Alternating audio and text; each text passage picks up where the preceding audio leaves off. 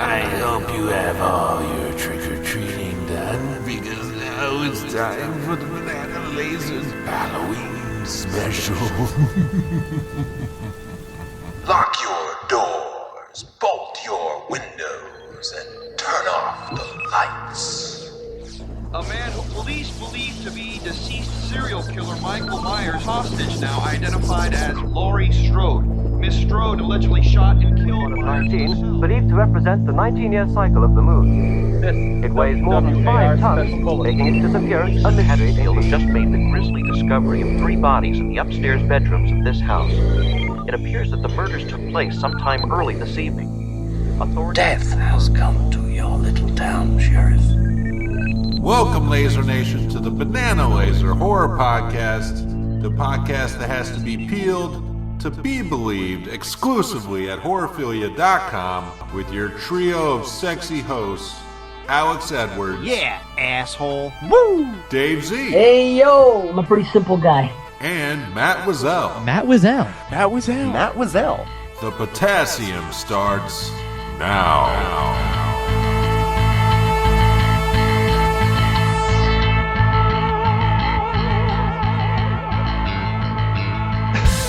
This is so weird. Totally. Happy Halloween, Laser Nation. That's right. You didn't time travel back 3 years ago, or the COVID sickness hasn't twisted your brain. That's right. BananaLaser is back. My name is Matt Wazell, if you're nasty. And I am not alone, per usual. With me, as always, is the guy who has peanut butter on his dick, Dave Z. What the fuck is up, Dave Z? Hey, yo! Yeah, I got a little Jiffy over here. Or is it Peter Pan? Is that crunchy? It's always crunchy with me, homie. Oh, God. You sick freak. You have to chew before you swallow. And that's him. He won't leave. And he is so getting dry fucked tonight. Alex Edwards. Dude, that is amazing. So for the shows I do now, we do our own intro, so now I'm just used to highlighting a line out of the movie and stuff. I swear to God, I highlighted dry fucking. Hey, I know you all too well, dude. I mean, that's weird. Yeah, we take a couple years off, but, we just step right back into it. So I got this. Crazy. Wow. That's right, guys. BananaLaser is back with our Halloween retrospective.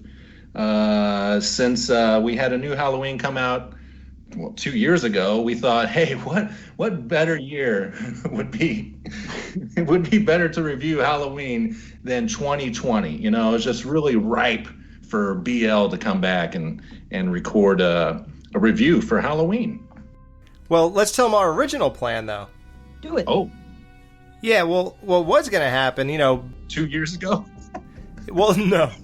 Well, sort of, but then we were happy we didn't, because BananaLaser obviously has the legendary Halloween retrospective, and the way Matt did that, he did 2 episodes per podcast.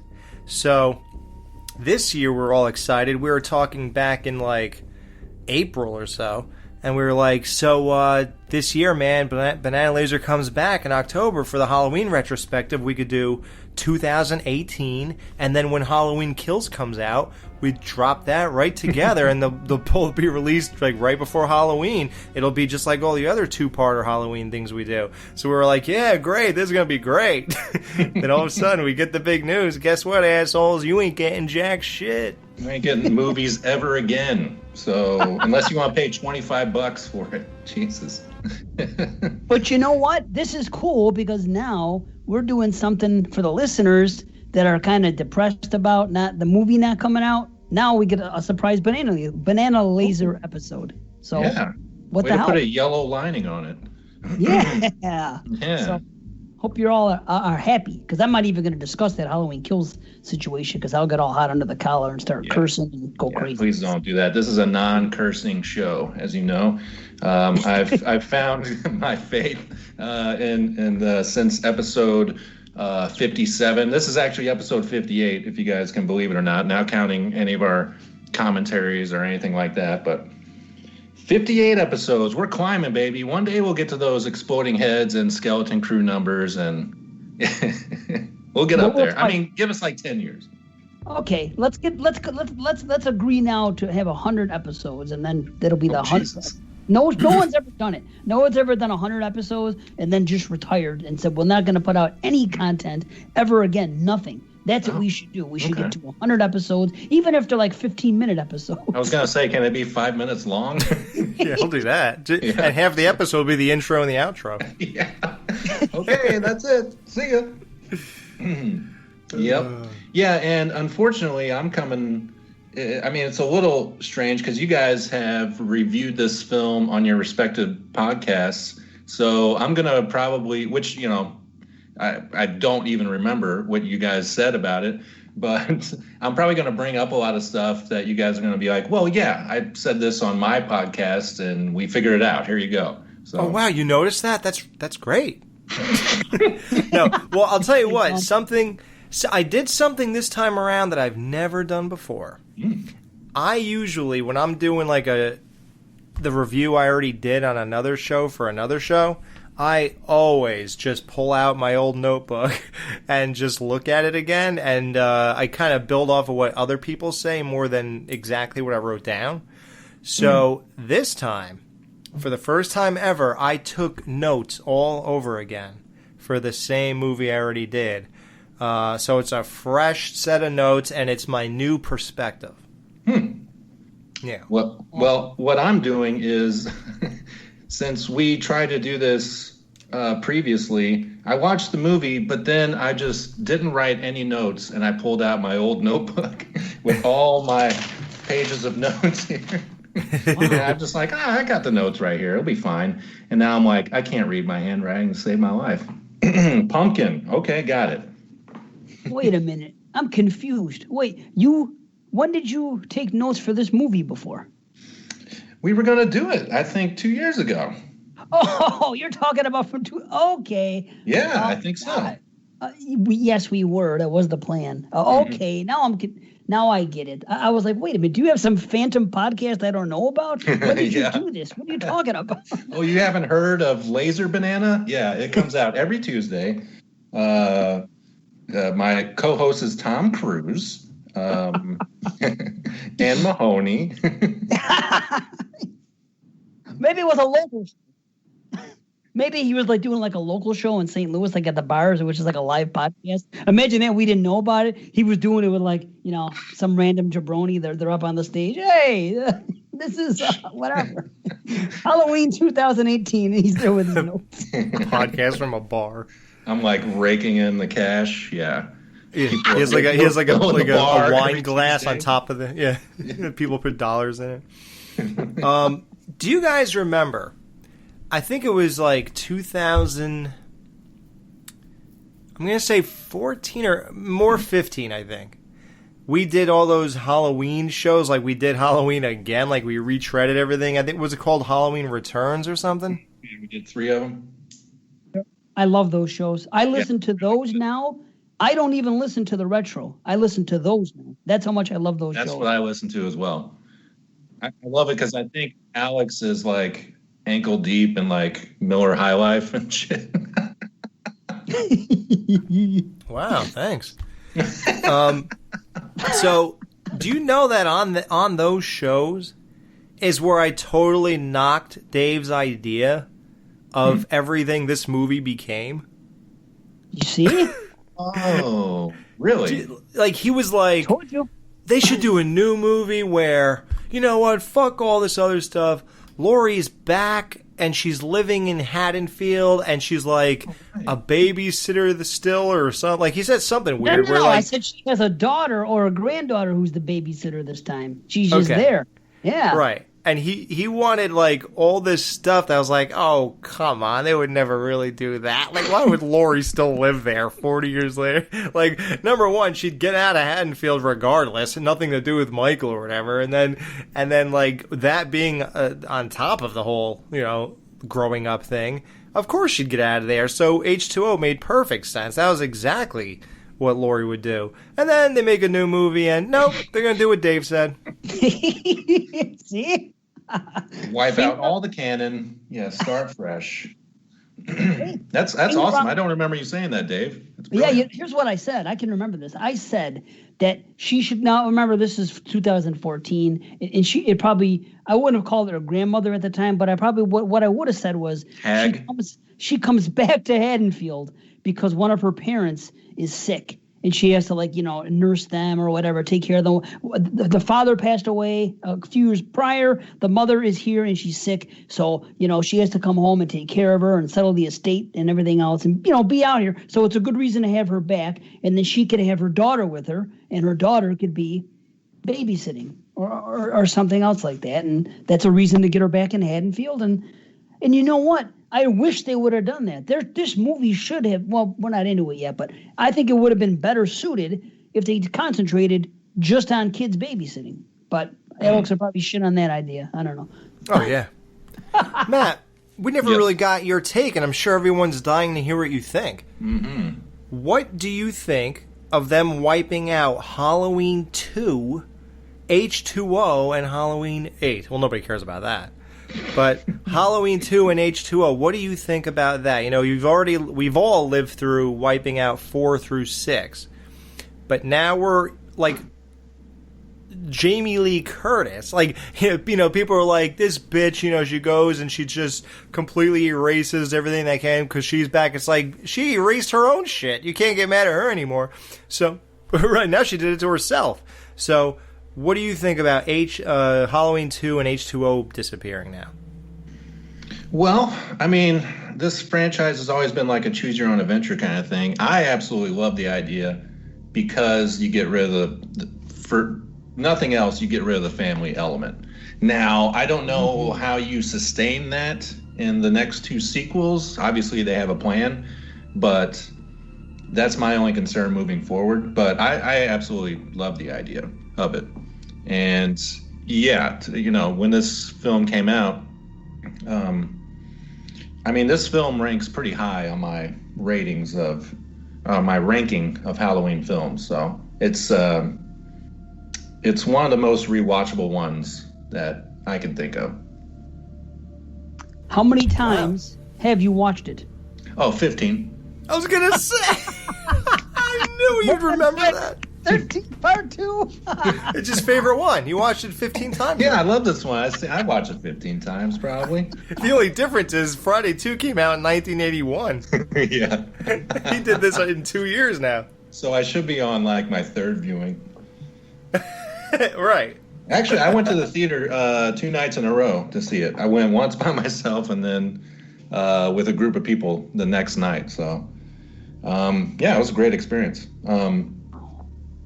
So let's just start getting into it. And since you brought up this whole idea of Laurie Strode or whatever the fuck her name is now, the idea of her coming back to town, that was one of my biggest gripes or whatever, what the fucks with this movie. She spent 40 years, building and training and all this stuff. Why not just fucking leave town? Go to California, start a new life, get Josh Hartnett as your fucking son or whatever, and do that. Why does she stay there? Does she need to be the person who contains the evil since I'm assuming honestly, I don't remember, but I'm assuming that Loomis died the night of. I can't remember how they... No, not the night of. He just passed in his own time. Okay, well, I forgot that. But, yeah, Dave, you kind of already said, wouldn't it be much better if or make more sense? I'd fucking get the fuck out of Dodge.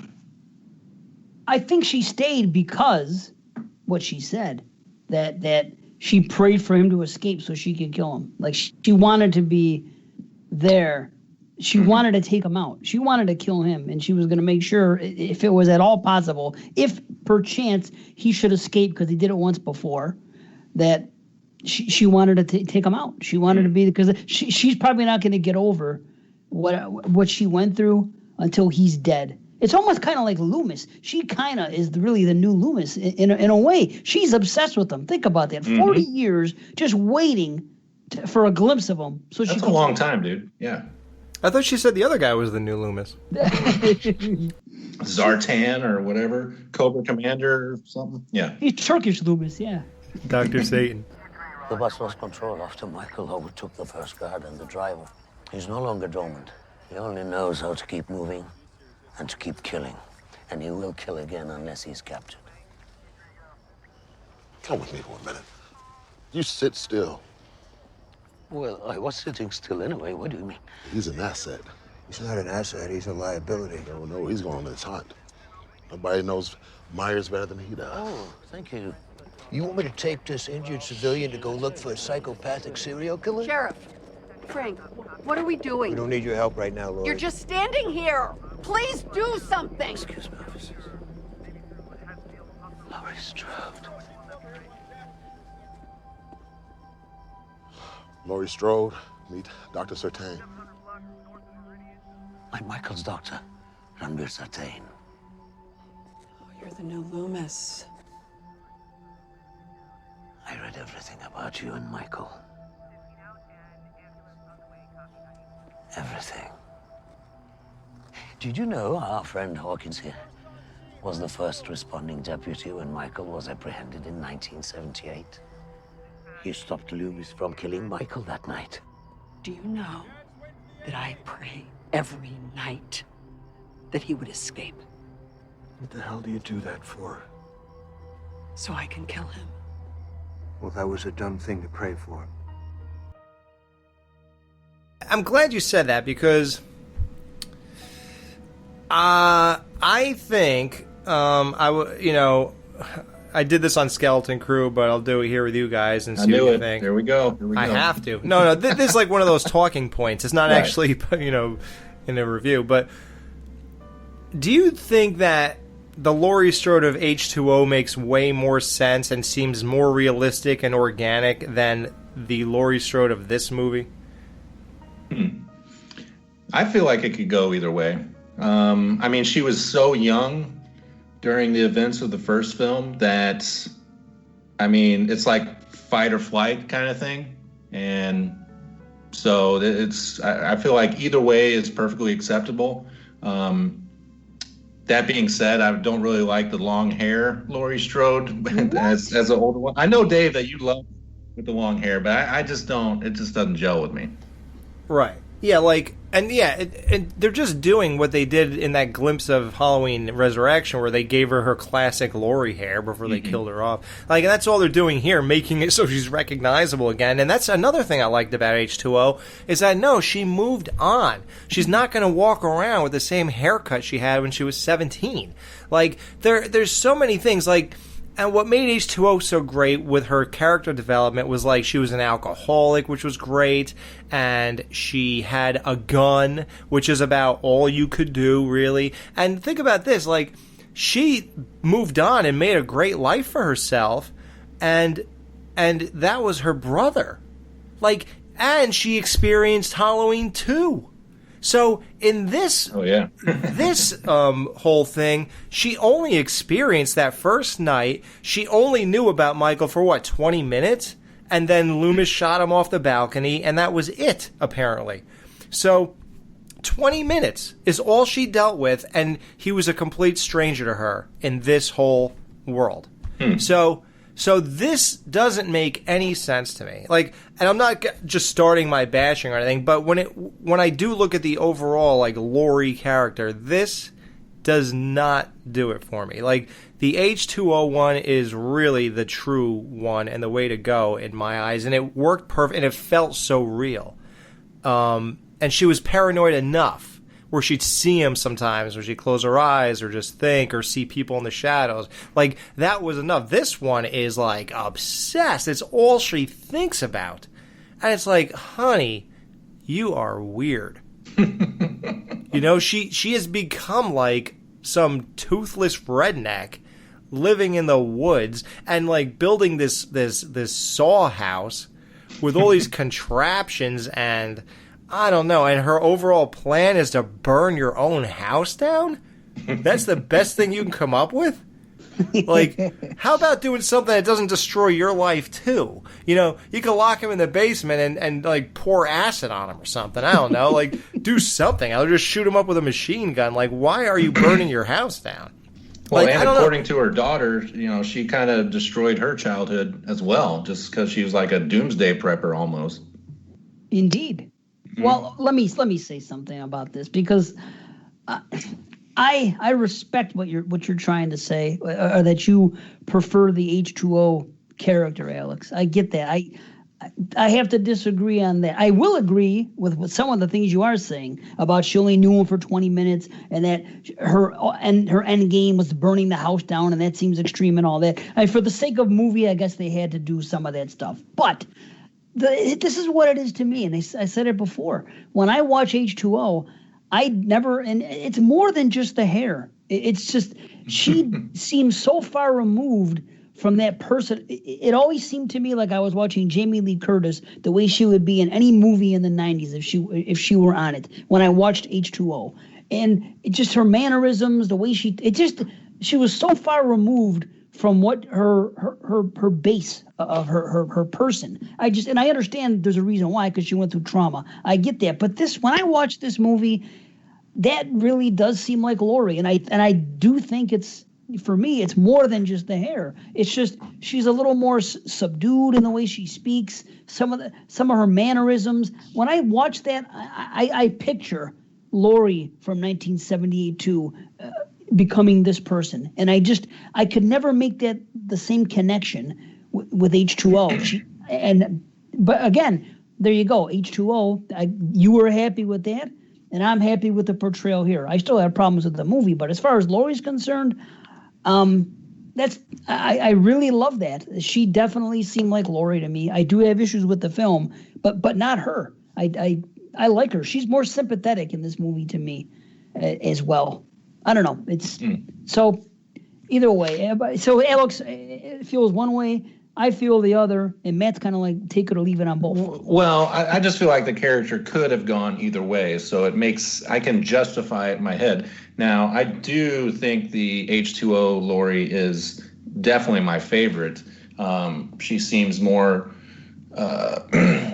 troubled and nuanced, and at least trying to move on. And that's the whole thing I couldn't get over, is like she just cemented herself there, like Alex said, after an encounter with this guy for 20 minutes, and possibly ruined her life and her daughter's life, and that just didn't make too much sense to me. But it keeps her in Haddonfield. That's what right. They're saying. If they want to have this movie in Haddonfield, that was probably the idea from the jump. They're like, okay, sure. let's bring it back home. It's going to be. How do we keep her there? She has to be obsessed. There you go. Let's say she never got over it, and let's really push it to the max and say, well, we're going to really show how she hasn't gotten over it, and that's why she hasn't left. She's this, she's that. You know what I mean? And maybe the burning thing is like a psychological thing. You know, people always go with the, you're not truly over something till you burn at something. Burn it down. Symbolically, sometimes people will burn. You know what I mean? Let's say you get a divorce or something. It's a Viking's funeral. Yeah. Right. Right. Exactly. See, it would make more sense. It would make more sense to me if her whole thing about not letting this go and being obsessed with I prayed every day he would escape so I can kill him. That would make more sense to me if the motivation was to avenge Annie and the Totally girl, Linda. If she was completely ripped, her soul was ripped out of her body because her friends were murdered, and I pray every day just so I could kill him for what he did to my friends and blah blah. Her motivation doesn't seem to be there. It's just I pray every day so I could kill him. Why? What are you so bent out of shape about? He attacked you and stabbed you in the arm, and luckily you survived because Loomis came around. So why are you hell-bent for 40 years and wasting your whole life on this?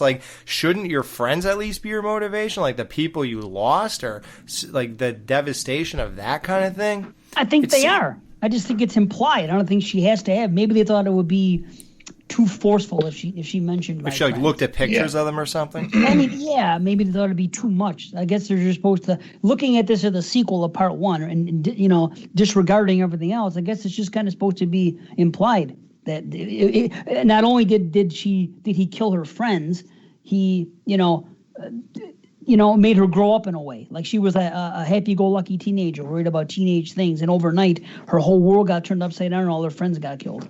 You know what I mean? It'd be great if she was reminiscing, looking at a picture of Annie, and then she blinks in the photo. She's still alive. Yeah, and that would be the homage to Halloween too, because then they kept doing them even though they erased them. So why not have her one eyelid just twitch a little bit in the picture? But I'm sorry, we didn't even get to what's on screen here. I'm sorry. Go ahead.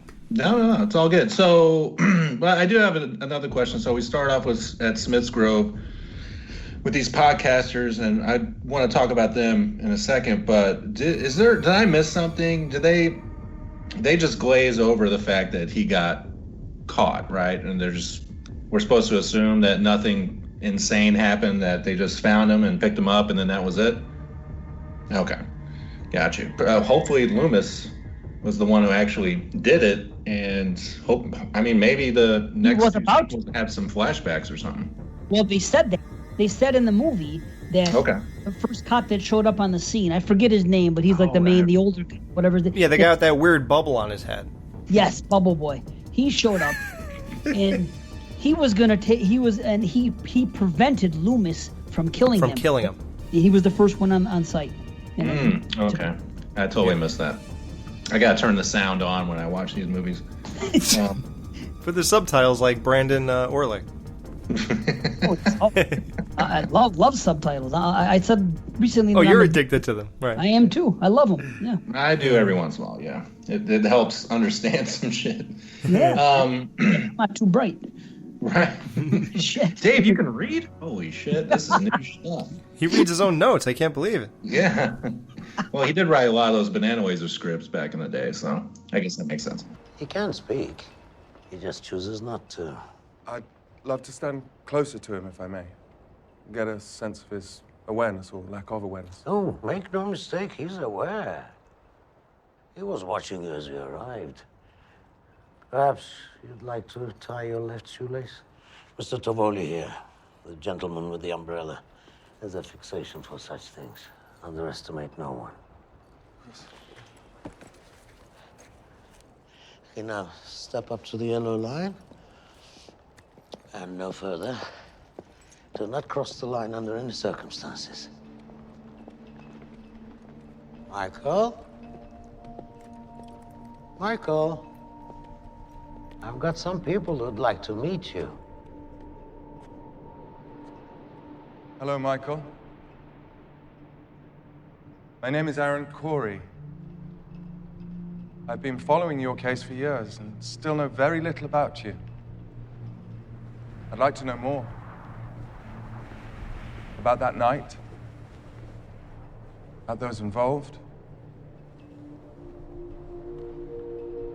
Do you ever think about them, Michael? Feel guilt about their fate?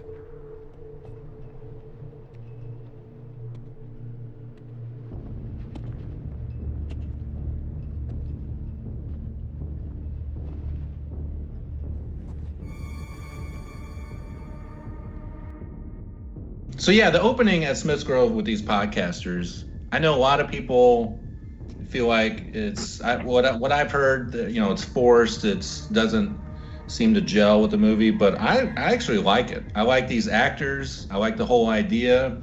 True crime podcasting is obviously a thing, and I just feel like it, and it's a way to get all the exposition out, in a simple kind of way up front. Is that how you guys feel about it? Or you guys hate these characters or what? I like them. I like the characters. Yeah. I think it's bringing, us, the three of us as people that have done podcasts many times, and other people that, that we know see that they go, well, come on, podcasters aren't this. It's not a real representation, but in some cases it is. There are some top tier podcasts that do things like that. And keep in mind, they're not such big shots. They have to pay to get the interview. So I kind of dig it. It's more modern. It's better because who else is going to do it? You always hear about these true crime podcasts all the time. Yeah. They're like, they're all the rage. It's a deal. So, I mean, who else is just going to show up out of the blue unless someone's writing a book? But I mean, why not do something different? So I'm on board with it. Well, don't tell me for a second you didn't feel kind of embarrassed when the guy was like, hi, we're podcasters. And she's like, we're investigative journalists. Yeah. Right. And you're like, yikes, that's what I am. You're like, oh. I And it's like- investigate movies I've seen 15 times. But they received awards. They actually received awards, they said. They go, we had award-winning podcast about this topic and that. I forgot what they said. So they were accomplished. And, they were up for those podcast awards. And Oh, so they weren't like us. Okay. Yeah, we've never been up for any award. I can't believe it. All these shows, no awards. But We're not accomplished yet. Well, yeah, so. do you? Well, I'm not gonna say I didn't like them. I will say the one thing I noticed, and I did enjoy this movie a lot more than the last two viewings this time around when I watched it tonight. And but I will say the one thing I did not like was a lot of the casting for various reasons. A lot of them were their appearance, and with these two, it's these accents. They have, like, I don't know what they're trying to get across with the accents of these two. Like, if we're supposed to look up higher to them in regard or whatever, or if like, what that is supposed to be, this whole, I guess, British or whatever. it's so fucking en vogue. It really is. You see Yeah. that shit all. You ever, like, watch, ever since that fucking Simon Cowell guy came around, Right. everybody fucking is into British hosts and shit. Ain't it, Right. though? And it didn't feel like a Halloween movie to me when I'm listening to these two talk. So, yeah, I was like, this wouldn't, this doesn't feel like a Halloween movie with these two talking like this. And I don't know, the one guy is kind of annoying. And when they're well, yeah, I guess we'll get there when we get there. But yeah, the opening scene, in Smith's Grove, I kind of always thought Smith's Grove would look different, I guess. But it was okay. I did think it was weird, like the big checkered board floor that they all just stand in with chains around their ankles. Yeah, and there's shit. Like, no way that's an actual design. It's like, what's a crazy movie design for an insane asylum? Yeah. and like they're all howling, and the guy has an umbrella, and I don't know. It's a very weird scene. And then, like, when he pulls his mask out, Michael sort of looks over and he's like, say something. I gotta say, in that theater, God, I got chills during that part. Me too. Oh, yeah, and definitely. I figured that scene out last night when I watched it for the first time. It finally clicked for me what was going on with that scene with everybody acting a fool around them. Oh, please elaborate. Yeah. It finally clicked. They were all just standing their mind in their own. They were doing their thing. They weren't acting up, As soon as they took out the mask and he held it up, and Michael kind of looks a little bit in the direction, he gives the ever so slight thing. Now, it's a little cheesy, but just hear me out. I believe that they are feeling his evil because all of a sudden, he's getting that feeling back, and they are all, because they're kind of in their own thing too. They are feeling his fucking anger, emotion, and all that shit. Because it only starts when the mask comes out. So that's my belief, that it's evil happening here, and they can all sense it, and that's why they act up. Like the blood is rushing to his dick or something. Yes, and their dicks. Yeah, when I saw that for the first time and everybody's hooting and hollering, I'm like, this is a little over the top, But then I started thinking, like, are they trying to introduce the idea that this mask is inherently evil, as opposed to just Michael himself? But obviously they don't do anything with it. But that was my initial thought, that they were going to try and do some kind of, Cult of Thorn bullshit with this mask. No, I think they're feeding off of him. I think that he immediately gets that thing, and it's back to Loomis. It's pure evil, and they, being people that have committed crimes, and I'm not here to say this that people in asylum are evil or anything like that, but they committed crimes, right, or any of that shit, or anyone that's that has a mental issue. It's not that, but in the realm of movie making and in the realm of Michael being pure evil and these people around him, feeding off it. Because they don't start doing it until the mask comes out and he acknowledges it. So I believe that they get a sense of that shit. So that's what worked for me. Yeah, when you have the blackest eyes, I mean, what are you going to do? Live in suburbia and fucking work 9 to 5? I don't think so. No. They're born bad. So what do you guys think of new Loomis here? I mean, I guess we can talk about his entire thing throughout the film, but I actually really liked him in this opening scene. It's something about, I guess, because he does have a strange accent, and he's like, the way he like kind of sings songs Michael's name like he's a little child. I liked him in this opening. Yeah, I liked him too. Mm-hmm. I actually think he's one of the better parts of the movie. Yeah. His performance definitely sold me on almost everything. Obviously down the road it's harder to sell what he's doing, but he kind of did. Like you said, we could jump around, right? Sure, yeah. So jump around, jump up and get down. There are moments when you're supposed to feel a lot of things for him. He gets shot. You wonder why he's on the bus. Then we figure out later that that's how this whole thing happened, because he got on that bus that night to make this, the escape thing happen, I believe. So, then you get, the whole thing where he meets Laurie. He's just fascinated. He's like, wow, you're Laurie Strode. Oh, wow, you're the girl. Wow, this is amazing. It almost came off like it's us doing it all. Mm-hmm. He's like our vehicle. Like, we are supposed to be fascinated by Michael like he is. We can't believe we're meeting Laurie Strode, the real girl from that night. Oh, my God.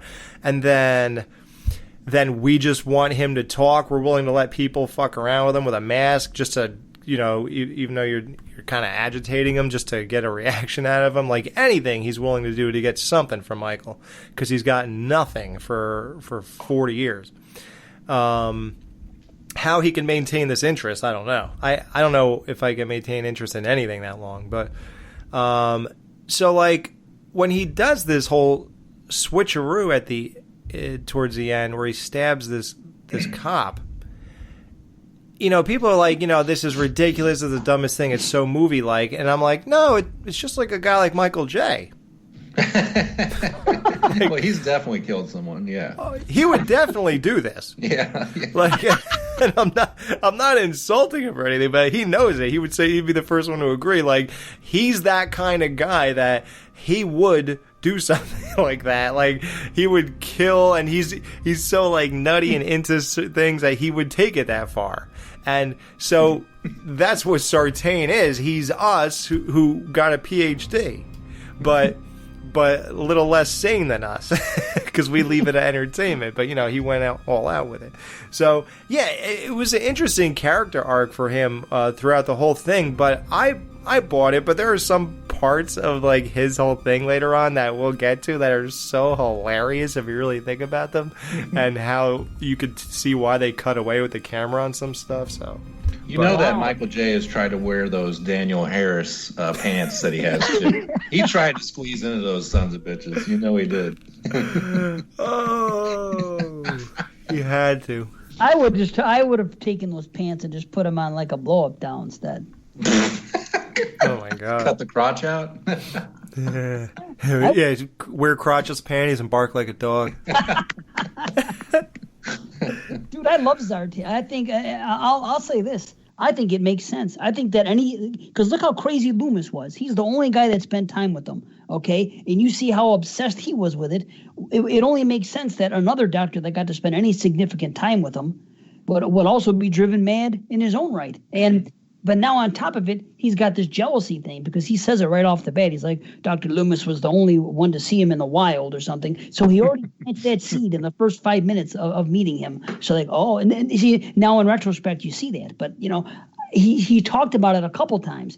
So then it really makes complete sense to me. He is obsessed with him the way Loomis was. And again, maybe it goes back to the devil's eyes and they pure evil, and that he gives something off. And they're making it a very old school supernatural without making it supernatural, the way they used to do it, where they don't come out and say it. You just have to accept it.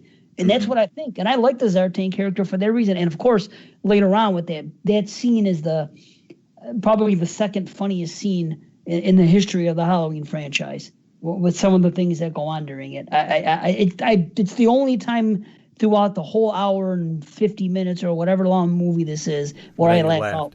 The only time. It's great.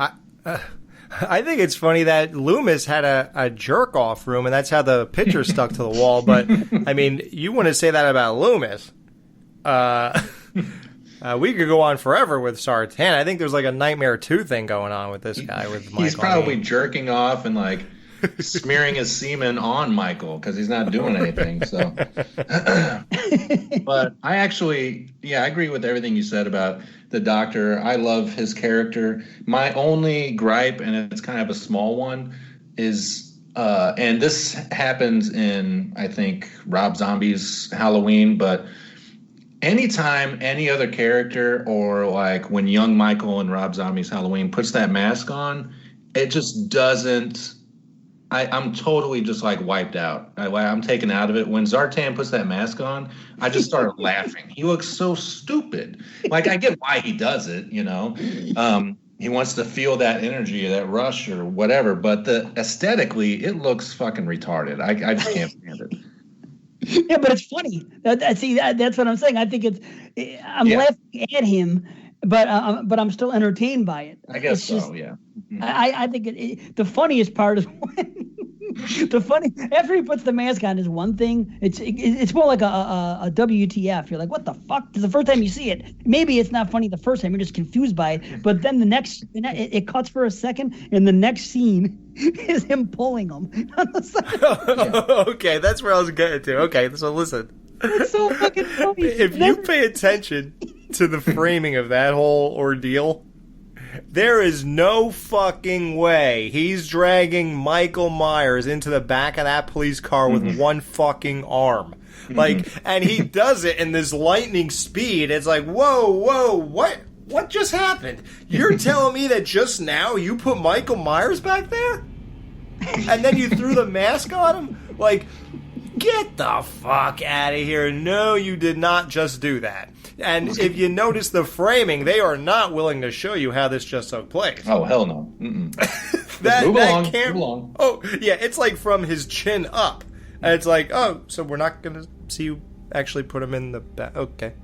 It is just weird, man. He's got that retard strength or something. And then he says to the girl, whatever her name is, he says Allison, or I think that's it, right? Whatever her name is. Allison, yeah. Okay, and he says to her, he goes, these people want to kill this man. Can you believe it?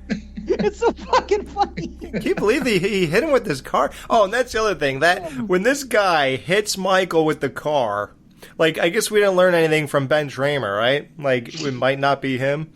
But, so he hits Michael with his car, and the way that is shot is fucking terrible. All you see is the impact from their point of view hitting Michael and him, like, flopping over the hood or whatever. And then the police car just stops, and the next thing you see is Michael just laying perfectly still on the ground.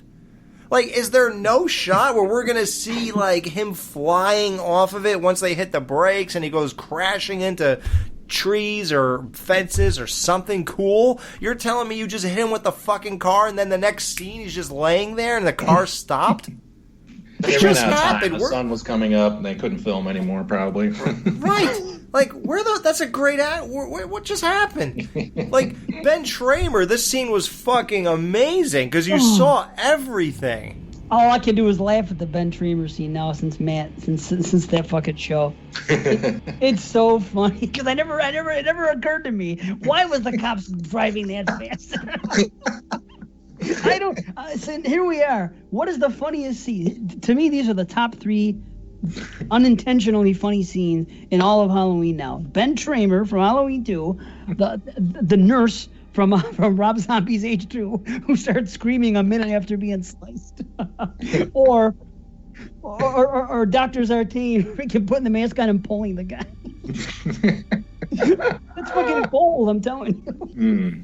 That's good stuff. How dumb are these podcasters who show up at Laurie's house and they immediately offer her everything in that envelope instead of saying, how about 1,000? No? How about 1,500? Right. 2,000? No? Right. Like, so instead she goes all out to 3 and they forget to say, for 30 minutes of your time. Right. So instead they get 3 fucking minutes with her. $1,000 a minute. And they get nothing from it. It's not like they get the meter. That's about it. It's like getting an autograph or something. She gives them nothing. All she says is, my story. You don't believe in the boogeyman? Well, you should. Well, here's your money. Thanks. Okay, see ya. Time to go. Good luck with the podcast. Have fun storming the castle. And good. That's what they get, because they come in there spouting off all her life story and this and that. You didn't have to do that. You fucking blew it. You should have just gone in there and acted genuine and asked a couple, questions that weren't leading, and not fucking talk about, oh, you had failed marriages and you alienated from your daughter. So you're going to go into someone's house and fucking tell them about their life's failures and expect not to be thrown out. Or, I don't know, maybe try to contact her before you show up all the way from, maybe they flew all the way from fucking United Kingdom. Right. Well, they went to the Surgeon General's office or something, or the Attorney General to get the mask. Surgeon General.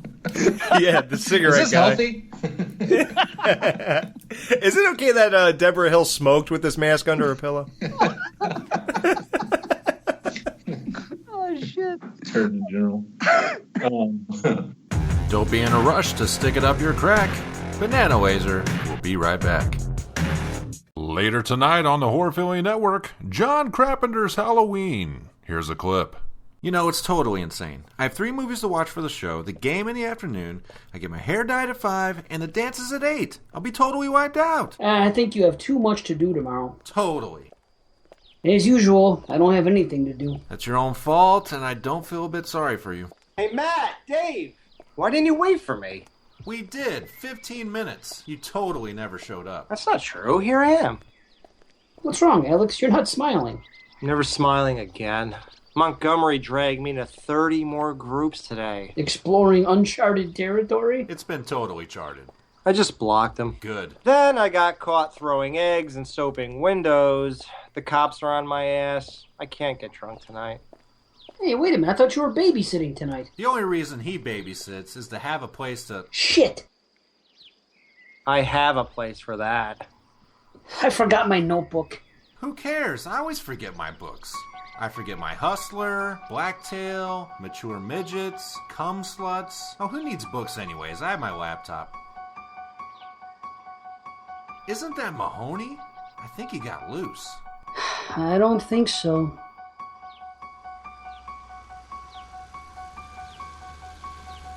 Hey, jerk! Colts kill! Can't you take a joke? You know, Alex, someday you're gonna get all of us in deep shit. Totally. I hate a guy with a wheelchair and no sense of humor. Well, are we still on for tonight? I wouldn't want to get you in deep trouble, Matt. Come on, Alex. I've been planning it all week. All right. The Wallaces leave at 7. Oh, I'm babysitting for the Doyles. It's only 3 houses away. We can keep each other company. Terrific. I got 3 choices. Watch the kids sleep, listen to Wazelle jerk off, or talk to you. What time? I don't know yet. I have to get out and take my stupid brother trick-or-treating. Saving the treats for your cock? Funny. See ya. Tonight at 10 p.m., 9 Central. This film has been re-edited by assholes.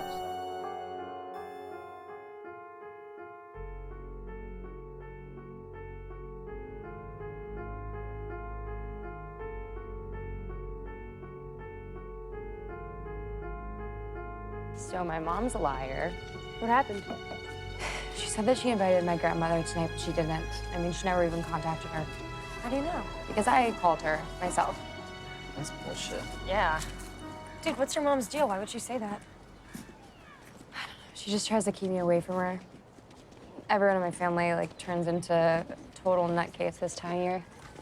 If I were you guys, I wouldn't celebrate either. I would just put up a Christmas tree instead. Just skip all over the creepy Halloween shit, right? Does your grandma ever talk about it? Yeah, it's pretty much all she talks about. It defines her life. She's been traumatized ever since. Wasn't it her brother who, like, cold-blooded murdered all those teenagers? No, that's just a bit that some people made up to make him feel better, I think. I mean, that is scary to have a bunch of your friends get butchered by some random crazy person. Is it, though? Because, all things considered, there's a lot worse stuff that's happening today. And, like, I mean, what, a couple people getting killed by one guy with a knife is not that big of a deal. Dude, her grandmother was almost fucking murdered. And she escaped. And they caught him, and now he's incarcerated.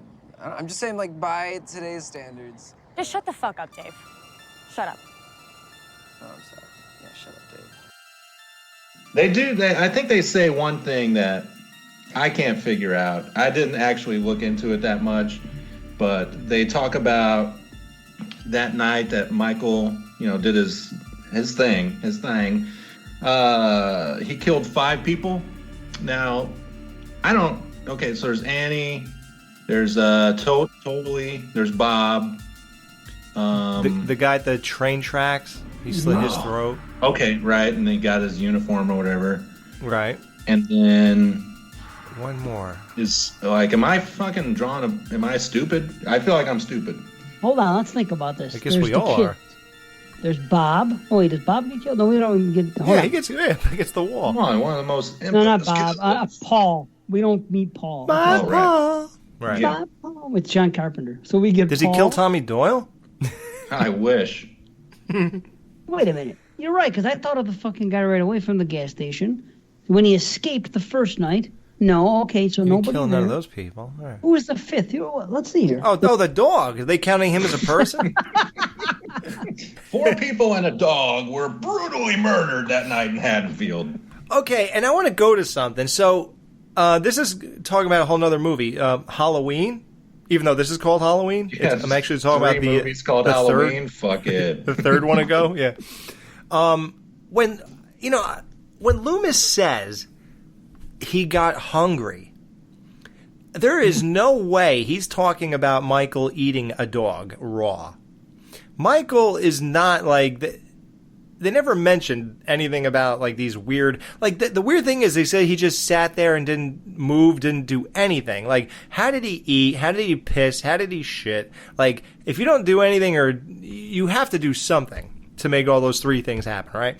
So I'm thinking that that's normal. Now, when he says he got hungry, I think that means is he just had to kill something. He got hungry for the bloodlust. I don't think he actually ate the dog, and I think Rob Zombie, as usual, took it literally, and then had him eat that dog when she was throwing up, when Laurie was throwing up while he was doing it. I have to disagree, and I'll tell you why. Because of the reaction from the cop and Loomis. If it was a dead human being, they would have called it in right away. They would have made a stink about it. And why would he say it's a dog? Maybe an animal got to him. That's what you're talking about. I said he got hungry. That's what we're talking about. I thought you were trying to say that wasn't a person, or that was not a dog. It was a person. I thought, no. It was a dog, but he didn't eat the dog. He just got hungry to kill. Oh, right? Yeah. Okay, I thought you.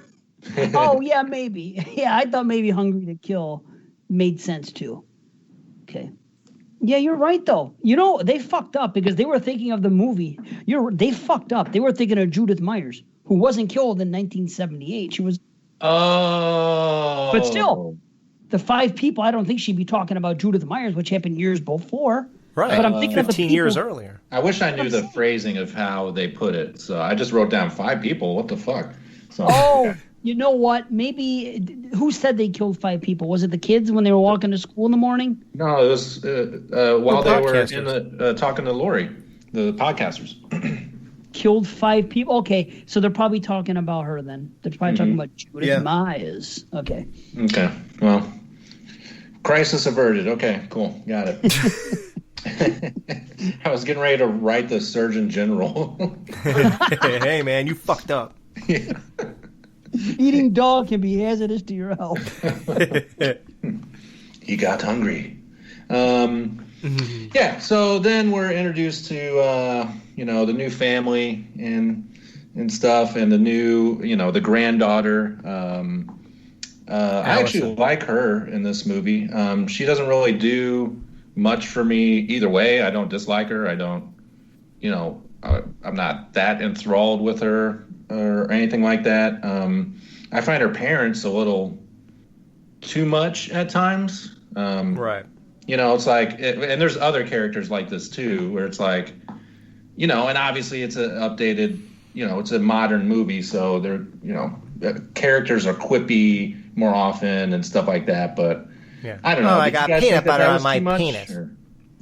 Yeah, exactly. It's too much. And what she says to him after that is what I think the audience is saying. She says, "Dad, can you stop?" or something like that. Right. And I'm thinking, yeah, no shit, because he does go overboard with it. I'm like, come on. But I blame Scream. I blame Scream for this. Ever since Scream, every horror movie that comes to theaters that a franchise film at all, or anything that they're bringing mass people to that isn't like a gloom and doom horror movie, is fucking. They always got to throw in with the quips and the comedy. Mm-hmm.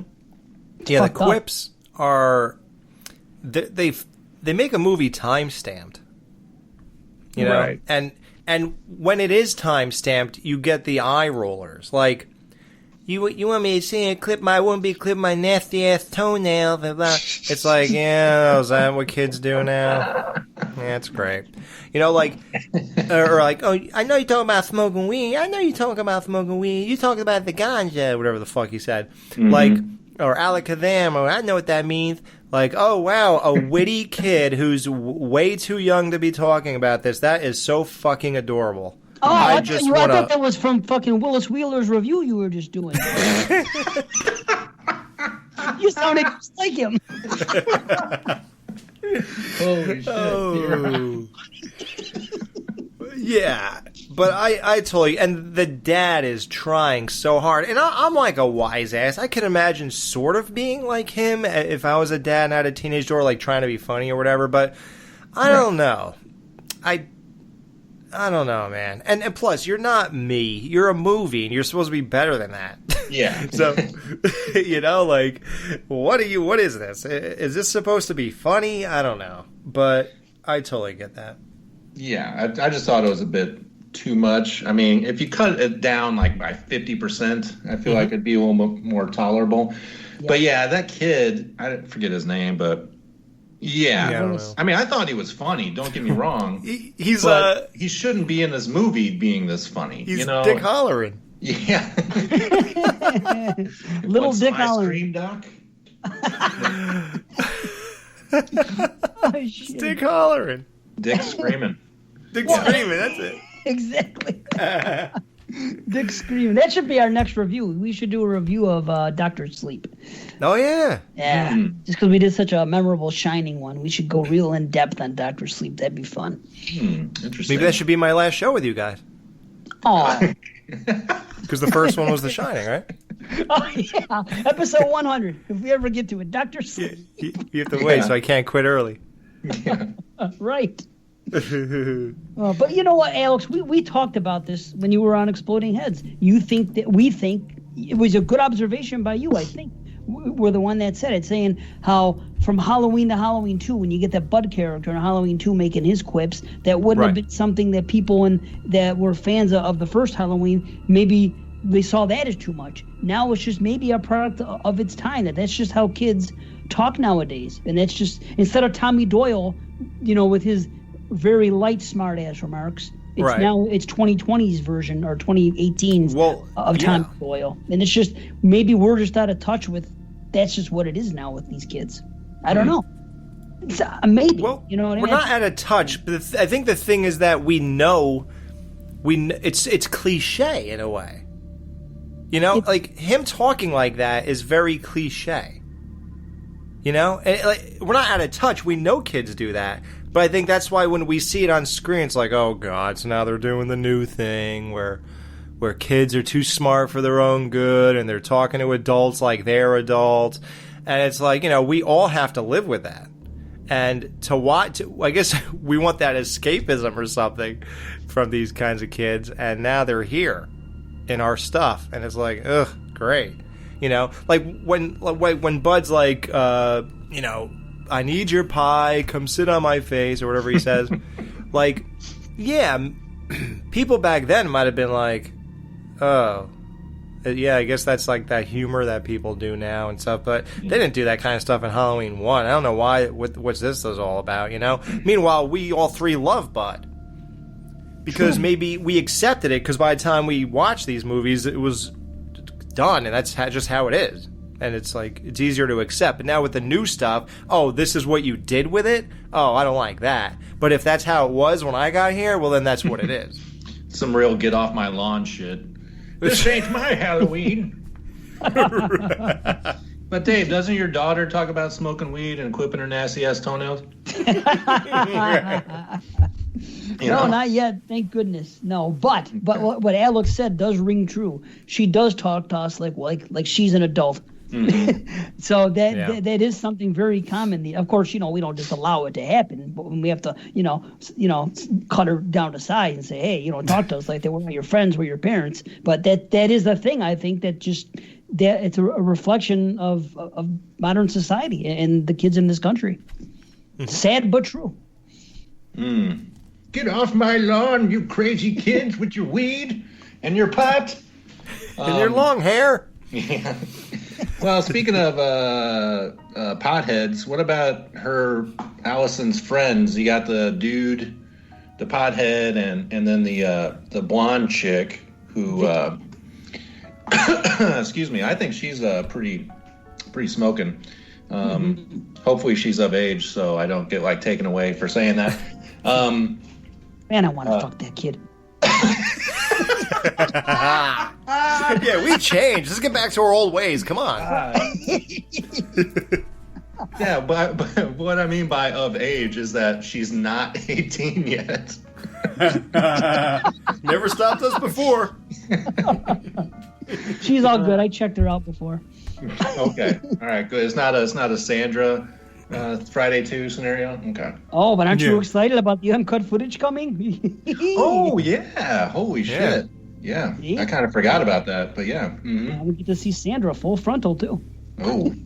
Is that true? Can they legally do that? What are you talking about? I don't think so. Oh, it's a joke. You're saying it so convincingly. Yeah. Dude, I just almost pre-ordered another copy. I can't get reception on this thing ever since the antenna was been at the car wash. Why do we have to come out again? We do this all the time. Well, you don't enjoy it? I like being out in the woods. No, I enjoy it, but I'm missing dance class for this. Yeah, that whole scene when they're walking down the street, that was cool. There's a nice fall, October, Halloween feel, pumpkins next to them and all that. I will say, not that I've been doing anything but complaining for some reason, but the one thing, you know what it is? It's that when I first did my review, it was fresh off of seeing it from the theater. And I was blown away and all that stuff. And what happened to me is what happens to a lot of people, except for Matt all 15 times, I guess. But when you watch it over and over, you notice things, and things rub you differently. So I started to get irritated by almost all the small talk in this movie, starting with my penis and starting and the podcasters, the dumb shit. Oh, so when was your daughter taken away? What the fuck does that have to do with Michael and whatever you're doing? That just irritates me, and it almost becomes all the small writing is annoying. And let's not even get to the bottomy sandwich talk. That and these two assholes in school in a few minutes with, oh, come on, you're going to go to the dance with me. You promised. That breaks my heart. I'm like, oh, God, kill me. But so here, I fucking got so annoyed today watching this. So they go, oh, wasn't that her brother or something? Oh, no, that's just a bit people made up to make themselves feel better. That's what you came up with? Like, you sat here and cut out Halloween 2, one of the most beloved sequels of this whole franchise, just to get rid of the sister angle, which we all wanted to get rid of. So that's fine. And the only thing you can think to come up to say about it in any way throughout this dialogue is that's a bit people came up with to make themselves feel better. What does that even mean? That's what I wrote that down because I don't quite get what. So then they would feel safe. Make who feel better? Right, they feel safe. Yeah, so that she went after her only because. Yeah, he didn't like just kill a bunch of strangers. He went after her because they're related, and he's crazy. Yeah, and her friends happen to be too close. That's all. So we're safe. So, but still, it was just a weird way to put it. Yeah, and then this guy goes, by today's standards, what she went through was really no big deal. And it's like, what the fuck does that even mean? Like, I get what he's trying to say, or what the writers are trying to think that we're all thinking, but no. Like, what standards? Who else does this happen to? Like, do you think that we've all been through similar things since 1978? Do most of us get attacked and our friends butchered in front of us? And so now, like, what happens now that's so amazing that that's not a big deal? What are you talking about? My brain just went to school shootings and stuff like that. Shooting. My brain went to serial killers and like all the ones that we see all the time on like those shows, Investigative Discovery, and all the serial killer shows you see. But Michael is that though, right? But he only killed 5 people total. And, yeah, but it's her 5 people. I get that. I'm just saying that from the outside looking in, you're saying why make such a big deal about this Michael Myers guy? There's fucking people that kill every day in this country. I think that's what. I get that, but still, it makes zero sense, and I guess they do shut it down in the movie too. But like, so what? What OJ did is really not that big of a deal. Like, who exactly set the bar higher here? Like, who topped it off? Like, I don't understand what that even means. It's just such a dumb comment. Like, okay, but yeah, school shootings. That doesn't really impact it doesn't make anything horrible happening to my life any better. Like, it's just the weirdest comment ever. Well, he is kind of a dumbass, so let's not forget that. Right. He's a stoner kind of goof, so. But I think they wrote it as if they're talking to us to say, like, if we think that by today's standards that's no big deal. Like, dude, she was almost fucking murdered. Just shut the fuck up. Right, exactly. Yeah. But no, we're not thinking that. Questionable writing. I agree with you. Yeah, it's just weird to address that as if we think that. Well, and also with all the funny clips and stuff like that, I'm sure you guys have discussed it, but, I mean, wasn't... I forget his name, but one of the co-writers, co-producers on this is like a major improv actor guy. Danny McBride? Yeah, Danny McBride. Yeah. Okay. So maybe that has a lot to do with some of this shit. Yeah, and I love him. I think he's a really good actor. I think he's very funny. Whenever it was announced that he'd be a part of this, I didn't really know how to take it. But I thought it would be unique, that's for sure. So, So, we get some shit of like Laurie shooting fucking mannequins and stuff. I hated this shit in the trailer, and I'm not a huge fan of this, warrior. Laurie here or whatever, but it's fine, whatever, it's part of the movie, can't change it. But okay, so they're transferring Michael, and I believe it said that it's because the state funding has finally run out. And as soon as I heard that, I was like, oh, so the funding was fine for 40 years, but now they've just like 40 years, not 10, not 5, They're like, okay, 40. Now let's pull the plug on this guy. Really put him in a hole. I just thought that was pretty fucking hilarious. Yeah, why would they waste all that money anyway? Like, who cares? What could you learn from him, really? Yeah. Like, who cares what his motivation is? Is it worth 40 years of money? I guess maybe Zartan, whatever his, I don't know. Satan, Dr. Satan. Satan, yeah. Dr. Satan! Yeah. Nice. I feel like, maybe he was constantly pulling the strings on that, and then finally he couldn't do it anymore. Right. Actually, this is another thing. If this is all his entire doing, why did he wait 40 years? Because it's implied, but not outright stated, that he had something to do with his escape. Mm-hmm. Why wait? I know why. Oh, you do? Please. Here's my guess. We have the director here, Danny McBride. Please tell us, why did he wait 40 years? Because he was waiting for the right moment, but when the podcasters got involved and wanted to bring out the mask and do that, he was like, you know what? This might be something to set him off. That's what it's not the greatest answer, but I'm like, well, it's as good of an answer as you're going to get.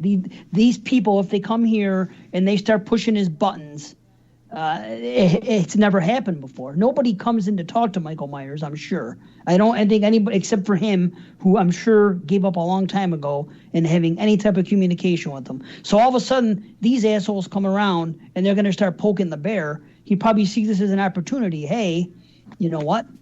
Maybe this is just what I need to get him all worked up enough, and it is Halloween. Maybe, 1 + 1 = 2. Let's see what happens. Yeah, I like how they're transferring him on Halloween Eve night. Yeah. See, now I think that is Zartan. Yeah, Dr. Satan's like, no. Let's look at this later day in October. Yeah. Oh, was that Halloween? Oh, huh. Let's do late October, early November.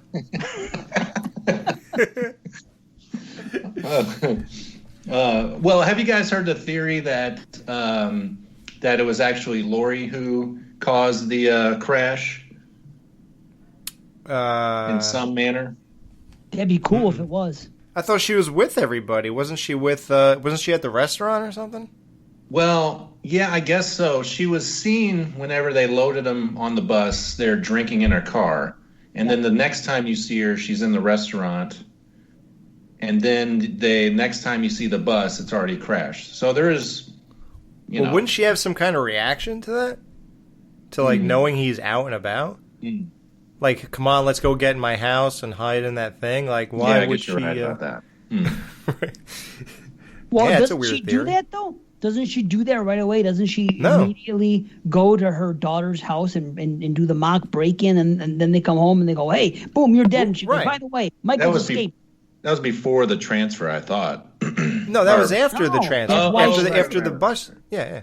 Yeah. Yeah, but what you're saying, though, but you're saying it out of order, though. Like, when she supposedly would have done the bus flip, immediately she goes to the restaurant, and she has no idea of any of this. Then she somehow hears about it and immediately gets everybody, like I just said. Okay. When she hears about it, yeah. Okay. So if she knew about it by doing it, she would have done that at the moment she went to the restaurant. Yeah, that's true. You're right. I mean, she could have waited for the news to break, because then otherwise how would, you know what I mean? Maybe she was like, well, I can't go right away because everyone's going to know it was me. So if... But no, here's what I think. I think the whole thing is Dr. Zartan. He plotted the whole damn thing. Well, yeah. So it can't be Laurie. Yeah, you're right. Okay. Yeah. Okay. Well, it's just a theory I read, whatever headline I read, and didn't bother to read the article. You know, the usual.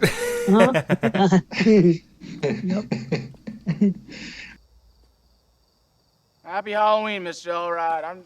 I don't know, man. I'm sorry. I'm not trying to trespass on your yard and shit, man. I was just trying to take a shortcut with a really pretty girl, and I just really like her, man, and I thought that she liked me too, and have you ever really liked a girl and you just couldn't have her? I'm sorry, man.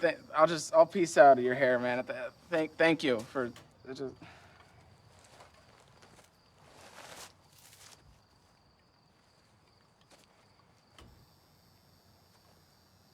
Hey, where'd you go, man? You're acting like really sketchy right now. I don't.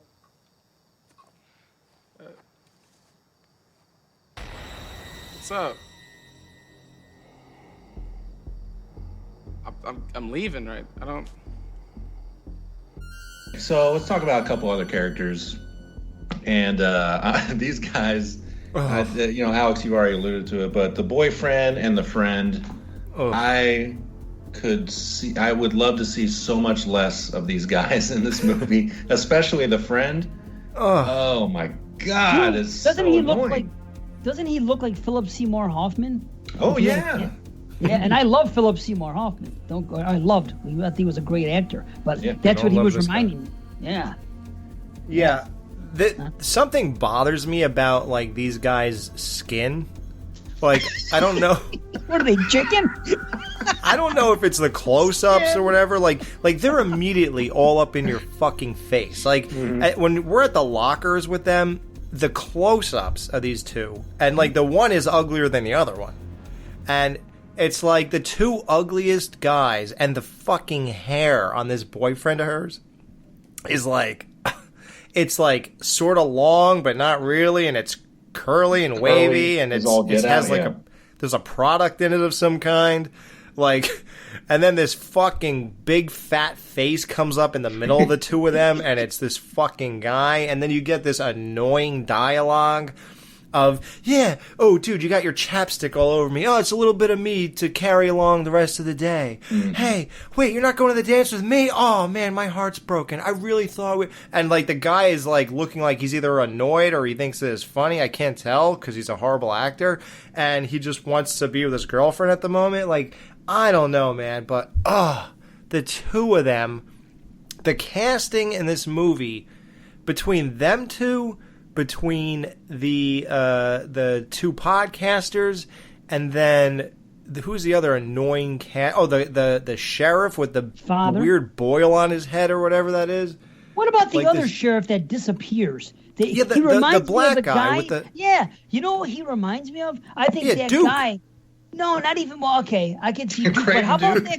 How about that guy though? Remember that guy in the remake? The sequel to Town That Dreaded Sundown? Same exact guy, black guy with a cowboy hat that came in and he was in charge. Remember that guy? I think it was the same character. But and then it was the same actor. That character should not have even been in the movie. What did he add to it? What did he add? Nothing. This movie could have been 10 minutes shorter at least. At least 15 when we get to the end, because I don't even get me started yet. I'm just saying. Why dress him up like to be some like standout person if has absolutely no relevance to this entire movie? And then vanish. Like what is with the whole facade and the boots and the hat and casting a big black man like he's going to be like large and in charge and he has some kind of other authority to him, and it's like, for what? Yeah, like what was the point of this? How many scenes just to remind us like of the two? Yeah, something like that. Oh, he's in a couple. Every time something big happens, at first he's there. He's doing the pinball in the beginning with the one guy, and then later on he shows up in when there's the escape, which I do like some of the verbiage in that, because he says, they go, oh, look at there's first of all, when they show the names of the escaped people when Zartane's there, it says Michael A. Myers, so they corrected it, went back to Audrey instead of the Michael M. that they used in part 2. Yeah, Michael M. Myers. Yeah, stupid. So they corrected that, but then they said, when they were talking about it, he says, yeah, Michael Myers, Halloween. He goes, come on. He goes, the babysitter murders, he said. So that's kind of cool. It's a nice little throwback to the, the original title or the work, whatever the hell it is, So that shit was cool, but he was there, and then he showed up later when Zartane was first around, I think. I think he was in like 3 or 4 scenes, but the thing is, when push came to shove, and all of a sudden cops are fucking getting killed, and these things are happening, and people are actually being murdered, and they go in this climax with fucking 100 people in it, he's nowhere to be found. Nowhere. Like, I don't get it. It's like that girl in Grease too. Fucking well, French. About that. Remember Frenchie from fucking Grease? they crowbarred her into that movie for no reason. And she was integral to the plot. She got them together because fucking it's a whole deal. But she was in a movie for like 40 minutes, and then Frenchie just fucking disappears, and it's never acknowledged. Oh wow. Yeah, fact. Watch it. I had no idea. I always stop at 1. Oh, you got to see 2. That was great. Isn't it like Michelle Pfeiffer in that one? Back to school again. Yes, exactly. Yeah, Michelle Pfeiffer. She's real hot. Yeah, dude. Oh God, I love that you love that movie, Dave. It's fun.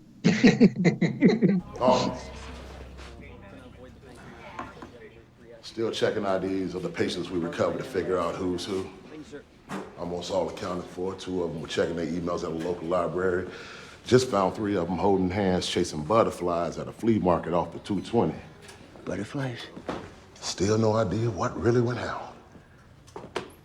Any word from Mr. Rip Van Winkle over here? Nurses say he's been in and out, lost a lot of blood. Somehow managed to fall on a bullet. I'm trying to get the whole story because here's my concern. Take a look at this list. Most of them, minor offenders, mental patients. One stuck out. A2201. It's Michael Myers. Babysitter murders, 1978. 40 years to this day. Michael Myers loose with a bunch of nutbags in Haddonfield on Halloween night? We're gonna have a fucking circus on our hands. But hey, what are we gonna do? Cancel Halloween?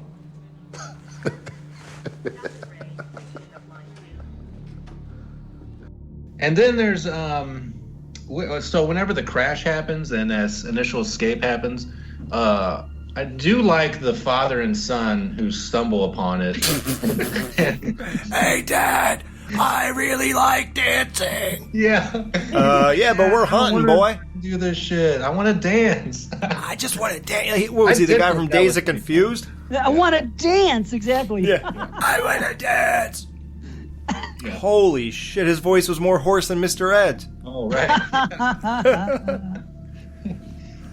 You guys pick up on that song that's playing on the radio when they're driving? Yeah. Yeah, that I wish I had you I didn't notice that until like the 3rd or 4th time. Yeah. Yeah, good shit, man. Nice. They had a bunch of nice little tributes in this. Real good stuff. You know, like the classroom thing, and then the granddaughter looks outside instead of Michael, it's Laurie, and things like that. They sprinkled them in there. They didn't overkill it. Some people think they did.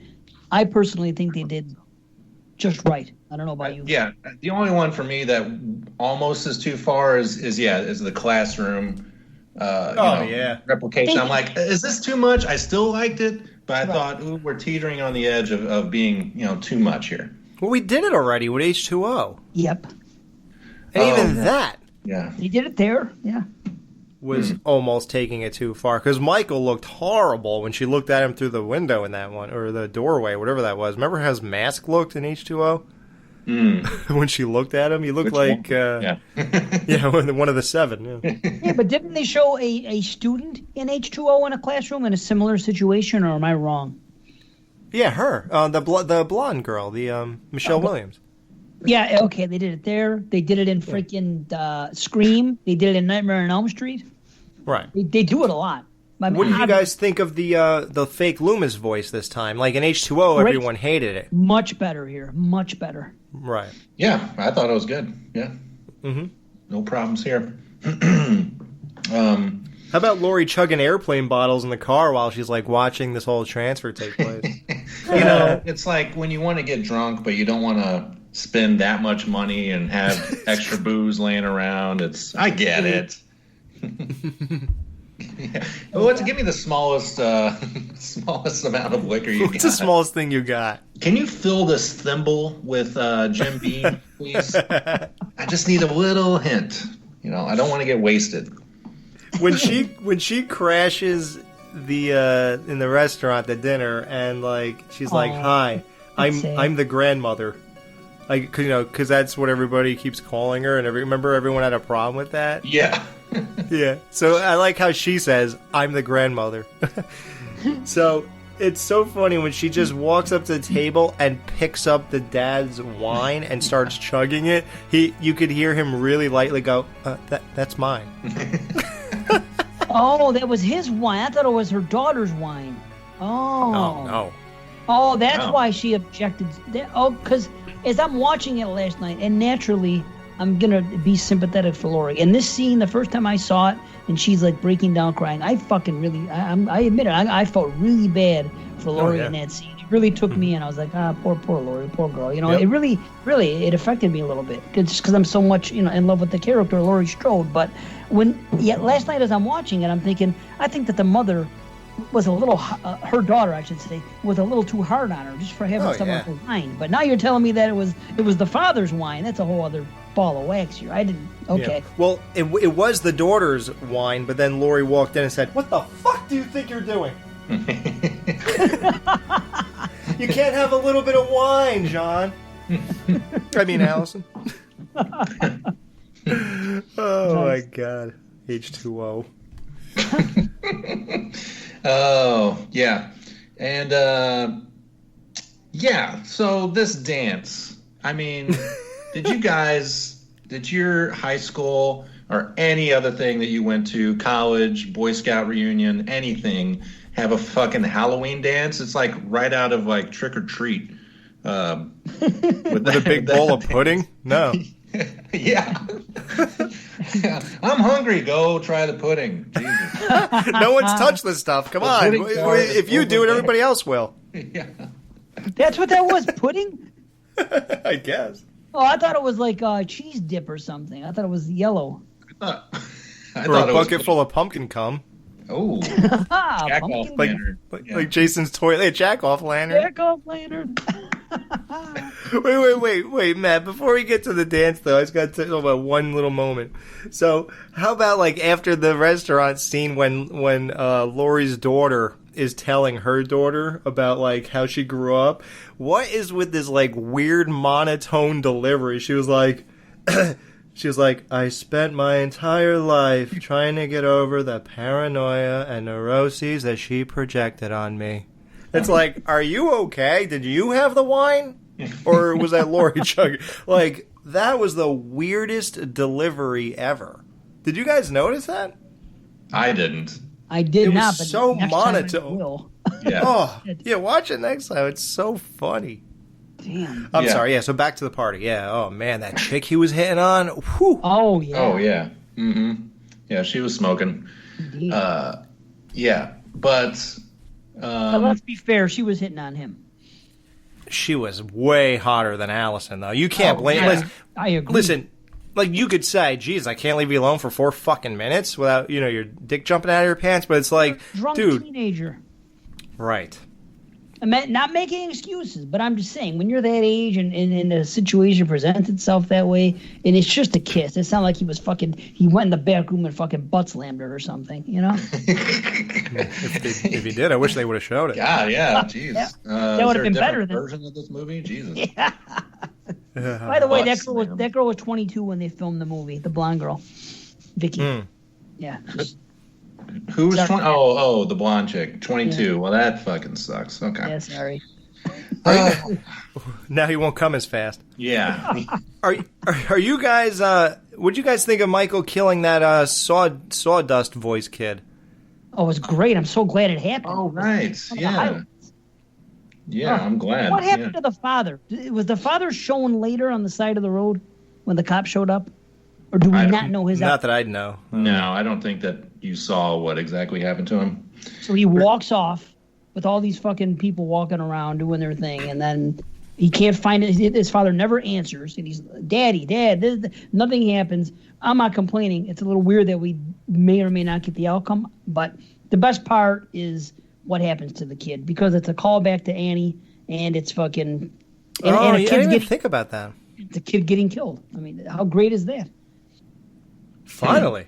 Fucking I want to know, why did they go into such detail and decide to just break out describing Judith Myers' murder when they were sitting next to her tombstone?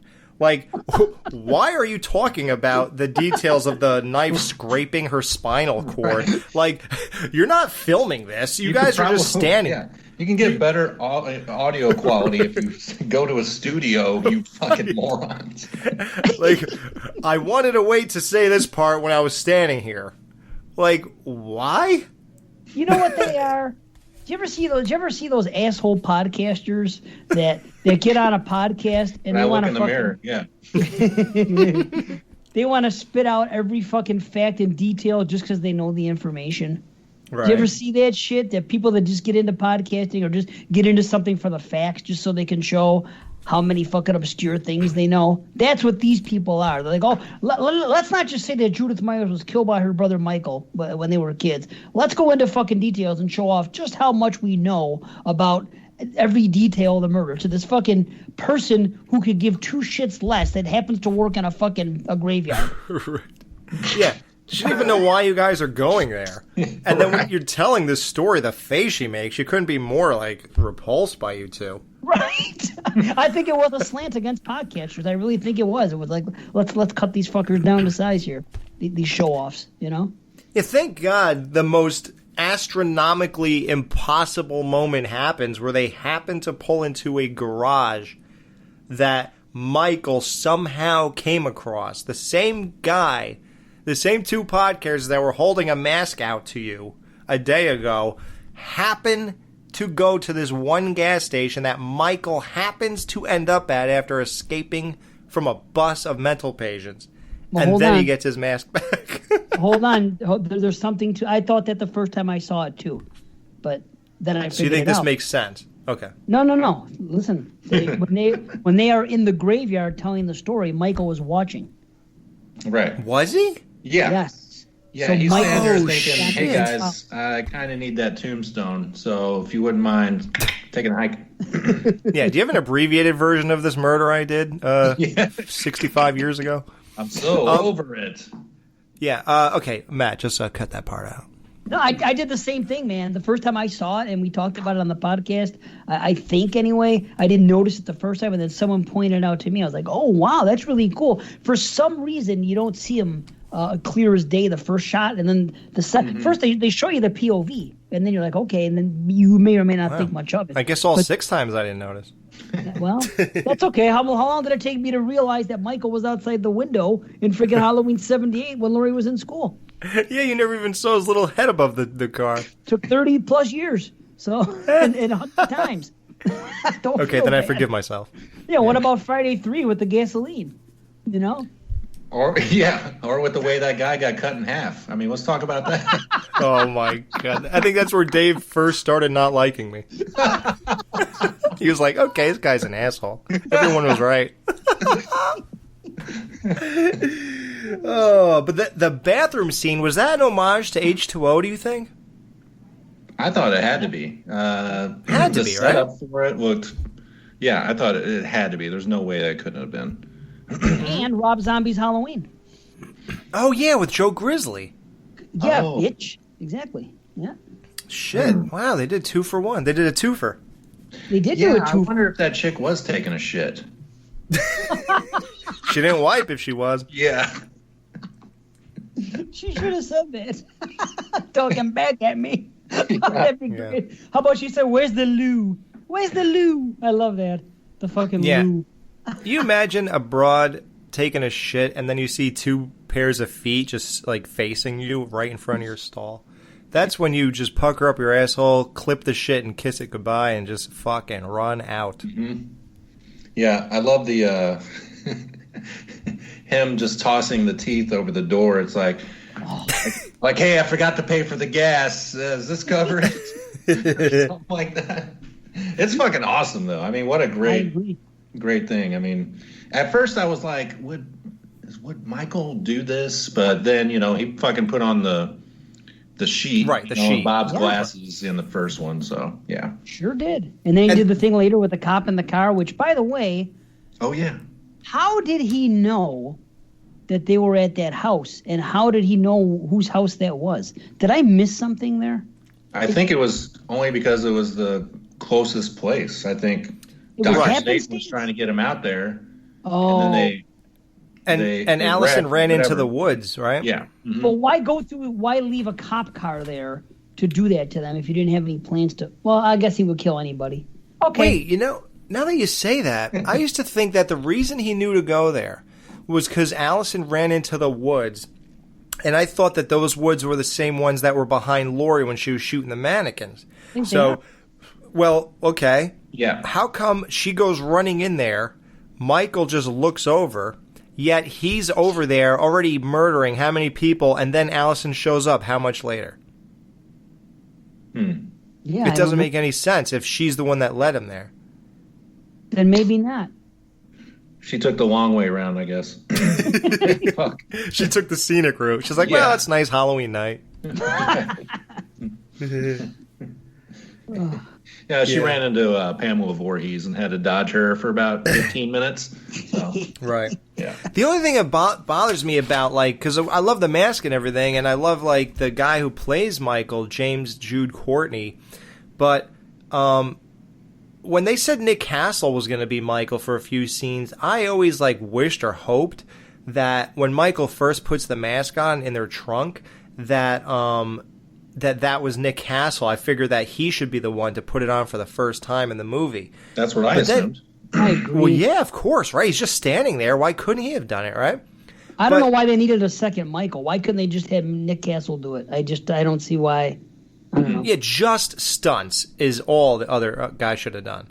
Right. But just all the walking and shit, oh yeah, it should have been Nick Castle. Yes. But apparently the only part he was, especially the walking, we want the same walk as the fucking first movie, right? It's all about the walk. Yeah. Yeah. The only time you see Nick Castle is when she shoots the mirror. Yep. Supposedly he was the one in the reflection. That's yeah. it, that That's fucking it. shot. Yep. Huh. That pisses me off. It pisses me off, too. I always thought it was when he puts the mask on. That makes so much sense. Jesus. Me too, dude. Huh. Nope. Interesting. It's I don't get it, because I remember leading up to this movie, news kept breaking, Carpenter was going to be involved, this was happening, this person's being cast, and I remember them announcing that, Nick Castle's returning as the Shape, and they were showing him on a video, and he was riding like an exercise bike or walking on a treadmill. Right. He was doing something. Okay, this guy's getting into shape, he's going to be walking around and everything else, and then he did all that fucking workout for what? To be in a mirror? I could have done that. To be in a mirror, right. You could have been 50 pounds overweight. You wouldn't even known the difference. Michael J. could have done it. He could have sat in a high chair and done it. They had to make a fat mask for him. Put on some weight. Yeah. Yeah, like Nick Castle's taking pictures of him drinking the Dr. Pepper again with the mask on the top of his head, just like last time. Like, here I am thinking he's way involved. He was looking at himself in the mirror. Jerking off. Yeah. What a disappointment. Again, the Michael that did it was great. I'm not going to say he wasn't. Right. He was one of the better Michaels we've seen probably since the original. I don't know. He's one of the better ones, sure. But I mean, why would you not have Nick Castle? He was the best one since Tyler Mane. The last one. He's kind of like the Derek Mears of this series. Like what Derek Mears is to Jason, that's kind of what this new Michael was, the Michael character way. Did pretty good. Yeah, well, I like him. Yeah. Matt, what do you think of the big scene of Michael walking through the streets of Haddonfield on Halloween night? So, yes, of course, I fucking love that scene. And I'm saddened to say that the first time I went and saw this, that happened to be the exact moment I went to the bathroom. What? Oh, I remember texting, I think, Jason Lloyd. I'm like, dude, that scene was not in the movie. I can't believe they fucking cut it out. He's like, dude, it's totally in the movie. What are you talking about? I'm like, oh, shit. So I'm really glad I saw it the next night because, boy, howdy. I mean, it's definitely my favorite part of the movie. I could watch it on a loop, I think. From when he starts in the garage and gets that hammer from Alex's garage, and can you believe how close that looks to the ghost of Michael Myers, dude? See, they're paying homage all the way around. They got H2O, they got Halloween 2, Ghost of Michael Myers, Halloween 3. It's amazing. So first he bumps into the boombox boy, just like he did in Halloween 2. Yep, that was that was cool. Then he goes down the driveway, and he goes to basically the Elrod house. But this time he kills Mrs. Elrod instead of just grabbing a knife from her kitchen, right? Yeah. And that was weird. It was like off screen, but it was so brutal the way the chair just falls over. Like literally, if you just like watch behind the scenes, like it's just some lady standing there going, ah! And then a guy just like pushes a chair over, and that's your scene. It's like, wow, that was crazy. That was great. Michael killed her. You know? And then he just like keeps walking, goes back outside, watches people get in their car, and then he like turns and looks at some lady who's like hearing about something on the phone. He goes around her house and then walks in the back and fucking grabs her head and bashes it against like this wooden thing that she was leaning on, and then rams a knife through the back of her throat and neck. Amazing. I love how there's so many people in the street, and he's just like, well, first of all, his movements and his walk and everything is spectacular in this moment, and then he's like, you can like almost see him evaluating targets or something like that. It's really cool, but the one thing that threw me off of the scene is just all of the jack-o'-lanterns on the porch. It really took me out. Like, it is not believable at all. Who does that? Matt just doesn't want to like this movie. Fucking jack-o'-lanterns. Unbelievable. Who would carve 14 jack-o'-lanterns? Oh, it's the way of. I tell you what, more and more people are doing that these days. It's like a fad. People once upon a time they used to have one or two. Now, believe me, I see it. I'm out all day in the public, walking house to house a lot of times, and I see people with a whole bunch of jack-o'-lanterns on there. So that's what people do.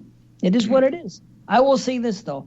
As great as that scene is, and I love it, and it feels the most Halloween of anything in this movie, and I love it, but there's one thing that bothers me, and it would have made the movie so much better in my eyes, and it proves that Loomis is wrong.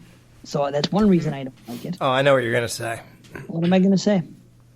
That he doesn't stab that baby in the crib. You're right. He's not pure evil. If he would have stabbed the baby in the crib, this movie would get a fucking 10 out of 10 for me. Right off the bat. If he was like, shut the fuck up, when he like stabbed him, that would have been so cool.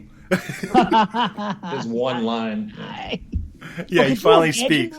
If he stabbed it, if he would have pulled the knife out and just, you could do it. What's the worst that could happen? The knife comes down, you don't have to see it. The baby cries, and then you hear like a watermelon noise. Right. Yeah. And then that's it. Silent, and he walks out with a fucking blood dripping from the knife. You hear, I feel like that would turn, I mean, not us off, but like casual, just moviegoers. I feel like that would turn some people off. Yeah, but what are they going to do? It's Blumhouse. Why? It's fucking Halloween. That's a chance I would have taken. Why put the baby there? Why fucking... why have that element there? That at all. Yeah. To show his humanity, it's like you're already trying to overwhelmingly prove that he's not human. So why do this? He's not human. Yeah. Right. Yeah, that part of him died years ago. Yeah. Wow, yeah, you're right. Yeah, why? What a shame. Then just don't show the baby if they're not good. I'm not saying I want to see a movie where a guy kills 100 babies or something, but... Can you imagine how worship movie for you, Dave? It's awesome. Yeah, instead of the babysitter murders, is the baby murders.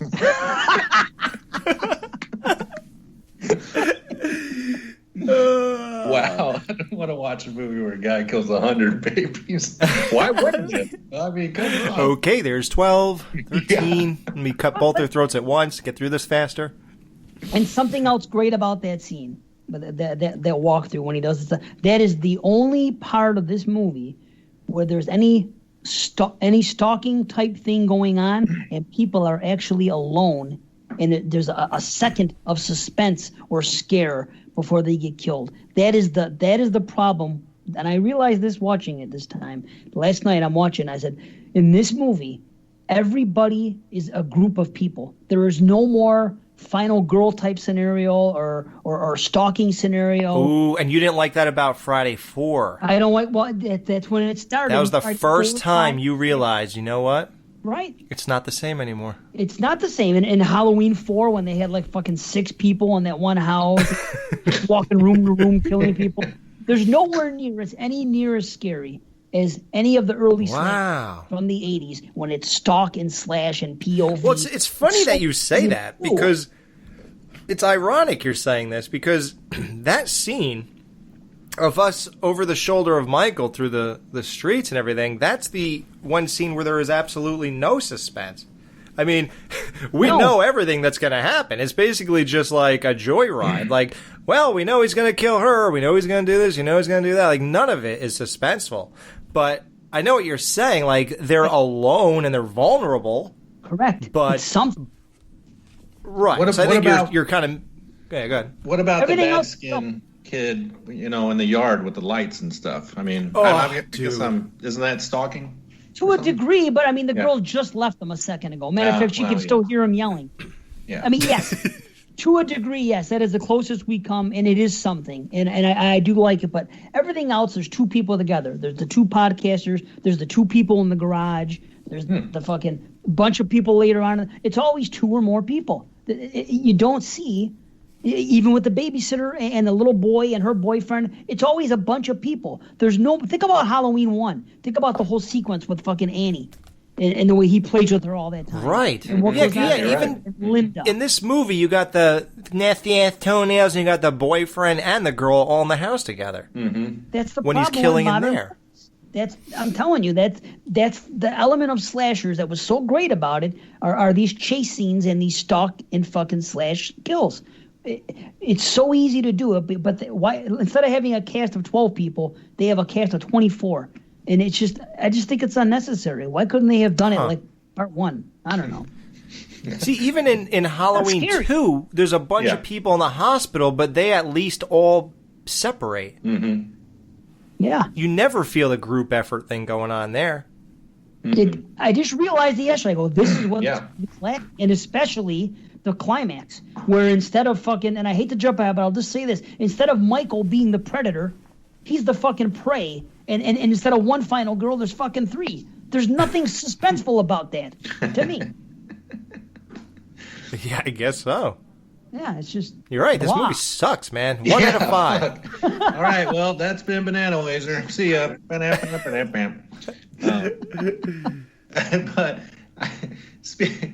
I can't, for some reason, while you're saying that, Dave, and it's completely unrelated, but I'm like, man, what if Michael Myers grabbed a gun, one of the pistols from one of those guards, and was just walking around just shooting people, and that for some reason that image of him doing that is so ridiculous. I don't know. It's like whoever taught him how to drive also taught him how to shoot or something like that. I don't know, but maybe that would have been the ultimate standoff: is 2 shotguns. Laurie Strode, Michael Myers. and they both do 12 paces and turn. Fucking OK Corral shootout and shit. Yeah. It could work. Wow.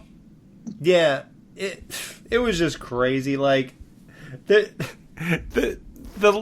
logistics or the logic that go on during this school dance, like we talked about, like not only is he he can't be alone for 4 minutes, but he's dancing with Allison, and then her phone rings and she just answers it in the middle of dancing with a guy at a school dance, and then she leaves to go answer the phone, and this fat loser that's dressed like the devil, later on he says all these girls were rubbing up on me and doing this, that, the other thing. And not from anything we saw, because in that dance, he's completely alone dancing. Mm-hmm. Yeah. And she says they were feeding him guacamole in exotic ways. Right. What the fuck is this? We missed that part. They didn't shoot that part, I guess. No, there's no excuse of why you're such a dumbass. It is the weirdest thing. And then at that same time, this guy, Dave, the pothead, he shows up.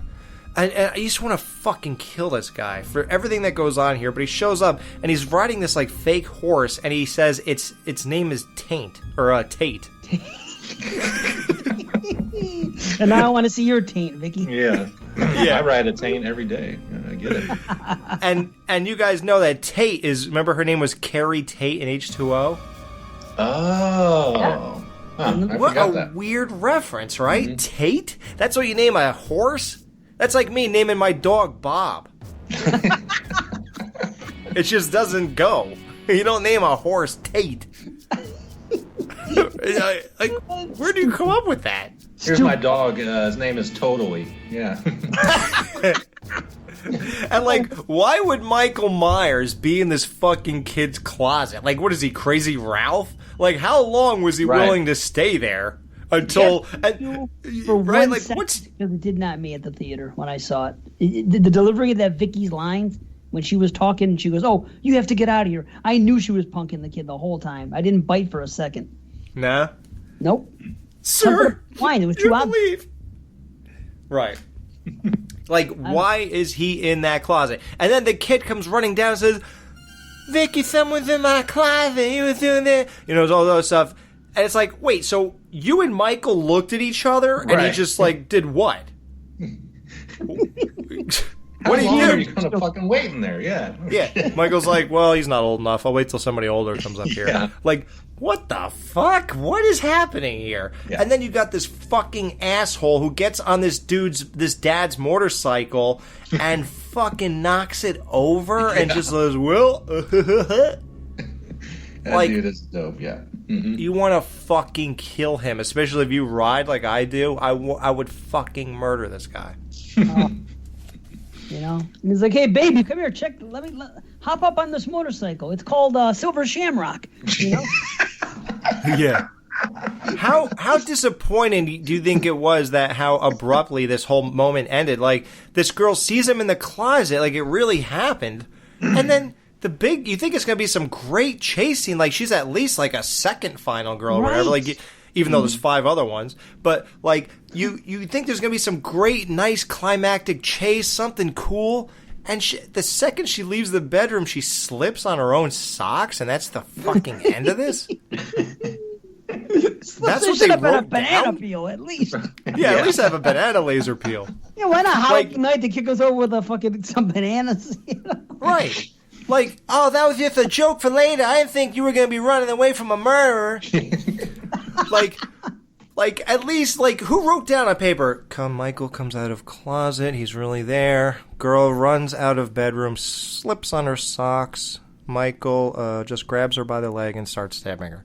Like, that's what you wrote? We've been waiting how many years for a fucking great oh, this is the sequel. We're wiping out all the rest. It's gonna fucking blow you away. Wait till you see this. Slips on her socks and Michael grabs her. Like, come on, guys.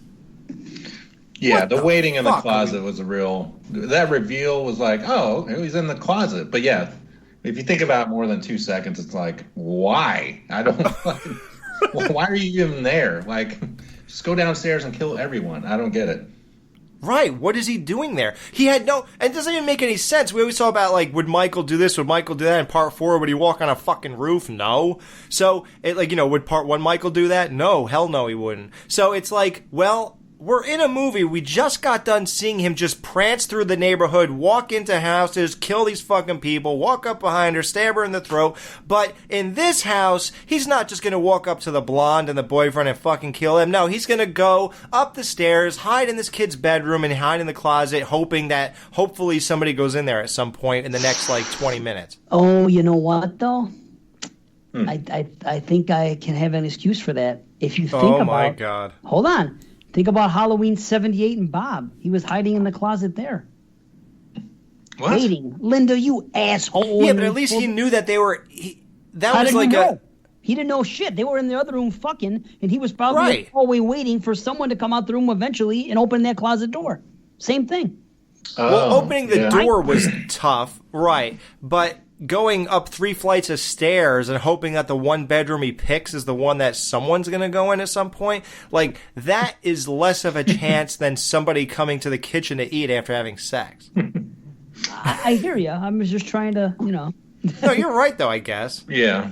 A little bit. He's like, I'm not going to kill this kid because he's just too fucking funny. Yeah. Deserve to live, funny man. Yeah. Yeah, him and Philip Seymour Hoffman Jr., the two of them are fucking riot.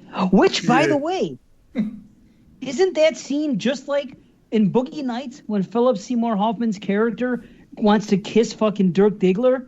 Isn't it? Oh, yeah. It's the same thing in this movie with him trying to kiss that girl. Could I just kiss you? Yeah. Oh, yeah. That's what he should have said to himself. Mr. Elrod, I'm a fucking idiot. Did you guys notice the pumpkin in the fish tank? The jack-o'-lantern? Yeah. For the first time I did. Yes. Isn't that crazy? Yeah. I like that. Yeah. Well, So, yeah, this... You're good. Yeah. Well, I was just going to say, I do like how Philip Seymour Jr. gets his comeuppance, though, because he has fucking... Maybe you guys have fucking done this, but he has no loyalty to his fucking best friend whatsoever. You have a fucking argument, and he's like just fucking going in, like not even talking to her or anything, just like, yeah, I'm gonna plant one on you because I think it's time. I'm in love with you. Like, and Jesus he goes, Christ, dude. Oh, but you're not with Cameron anymore. She's like, that doesn't matter. What the fuck are you doing? And it's like, she's like, that doesn't mean I want you. And the thing that really baffles me about this whole scene, like, he had to help her climb over that fence and stuff, and he climbed over and everything, and that's when he thought he was having his moment. Then they keep walking, and then they get to this thing where she, like, pushes him. He falls down just because she turns around, and he cowers like a worm. And he starts with this horrible, like, ad-libbing, oh, they were rubbing up on me. Like, does he think, like, all his friends are going to think this is fucking funny? Like, because it's not. And it's another example of the terrible writing between scenes. Like, if you're making a fucking Halloween that's this big and you're promoting it, and Laurie's coming back and all this shit, man, like, how the fuck is the writing so bad in between major scenes? And this is one example, and it's like, how the fuck did Michael end up in that yard too? Are you telling me he scaled the wall after you two guys did? He had to have. There's no other way in there. That's what they had to climb up 2 fences to get in and out. So Michael did that. He scoped it out first. He's like, oh man, motion sensor lights, this is going to be hella scary. Fuck yeah. Right. I never thought about that, but I guess you're right. Yeah, I didn't think about that either. It's wow. Like, yeah. I want to be how did they get there? Yeah. He has levitation abilities now. Just adding all kinds of weird stuff to the canon. He learned it from Dr. Satan. Rifle. He floats. Yeah, all kinds of shit. I wanted to ask you guys this. When you were talking about the pumpkin in the aquarium and the dead girl, well, we don't know it's her yet, but there's the sheet. Under the sheet. Would you guys have preferred if when the cop pulled it back, that would have been Michael and he would have pulled a Sackhead Jason moment there? Or do you think that would have been too much? Yeah, I wouldn't mind that. I mean, I was thinking that it was going to be him. Right. And then it's we already know is dead. Yeah. Right. Yeah, I mean, I definitely prefer that. Yeah, more so. I can see him waiting like that, but yeah, the closet thing is a little. Yeah. Yeah, it's too much. Yeah, and he could have like killed that cowboy sheriff or whatever the fuck in that moment or something to give that guy something. Unless they're saving him for the sequel or whatever. I hope they are. Yeah. Maybe he bust him out. He was the guy that fucking let him out. Maybe he was. Yeah, he's the man in black. Maybe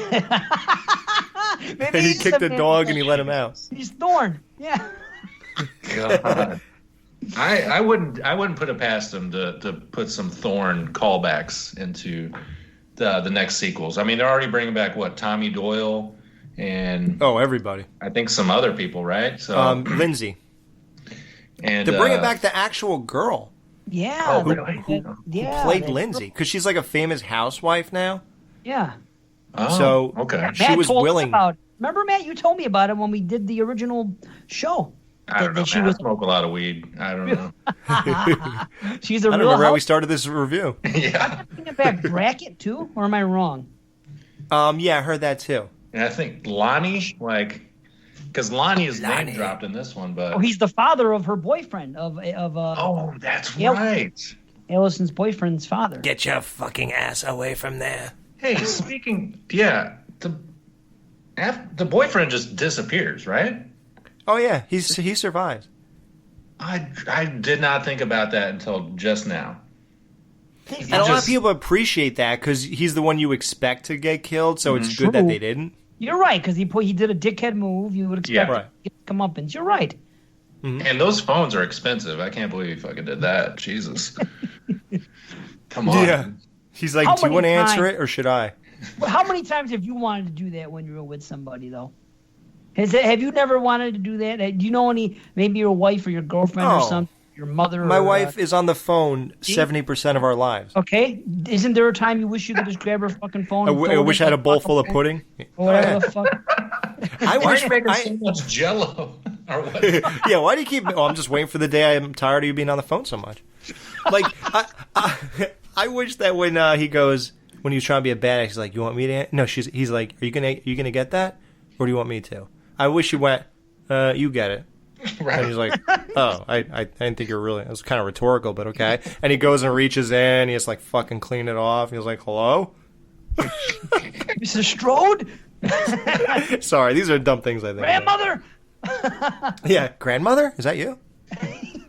I agree, though, about grandmother. I think it's a good thing to call her because, and I said this when we did it on Exploding Heads, but when you call somebody your grandmother from afar when you're not close with them. Right, like the term right. grandma is a term of endearment. So if they're like estranged from you, you know what I mean? Grandmother would seem the appropriate term.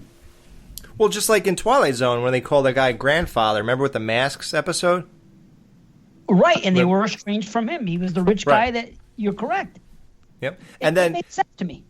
And plus, Laurie's kid was taken away when she was 12. So if Laurie didn't even have her own kid, what makes you think she has a good relationship with that person's kid? So of course there's a distance, but it's juxtaposed with her having some kind of relationship with Laurie, like some kind of secret relationship. So that really doesn't make sense. Like, if you're trying to create a distance and call her grandmother, then why does she have secret meetings where she gets $3,000 for doing nothing and having conversations where, did mom invite you to the dinner? No, she didn't. Okay, listen, we're having dinner. It's to celebrate my thing. I really wish you'd come. You know, you have to pick one or the other. You're going to call her grandmother and have a distance, or are you going to have a secret relationship? Right? Yeah, true. I hear you. Maybe she's working her way up to it. Maybe I'm working my way back to you. You can now call me Grandma. Yeah, 3,000. Yeah. Actually, We've when upgraded. she gives up Michael Myers, then she will call her grandma. Maybe in the next movie, in the first 5 minutes, she's like, "You finally got that monkey off your back, grandma," or some shit like that. Yeah, and then in the third movie, she's mom. Mima. Yeah. Yeah, Mima. You got any hard candy? Oh. Yeah. Do you have any body me sandwiches? Oh, God. Yeah, fuck Can we talk about that? Those, I mean, it just... Oh, God. It just since felt Scream. so forced. It's like, cringeworthy, you need man. a Pulp Fiction moment. It's like, oh, I'm fucking Quentin Tarantino. I write all this fucking witty dialogue and put it in this horror movie. That's exactly what it felt like to me. It was... I was embarrassed for the movie. Yeah. Mm-hmm. I was like, I hope that's not in the Blu-ray version. I've already done a fan edit. I've cut out the boyfriend, the friend, the cops.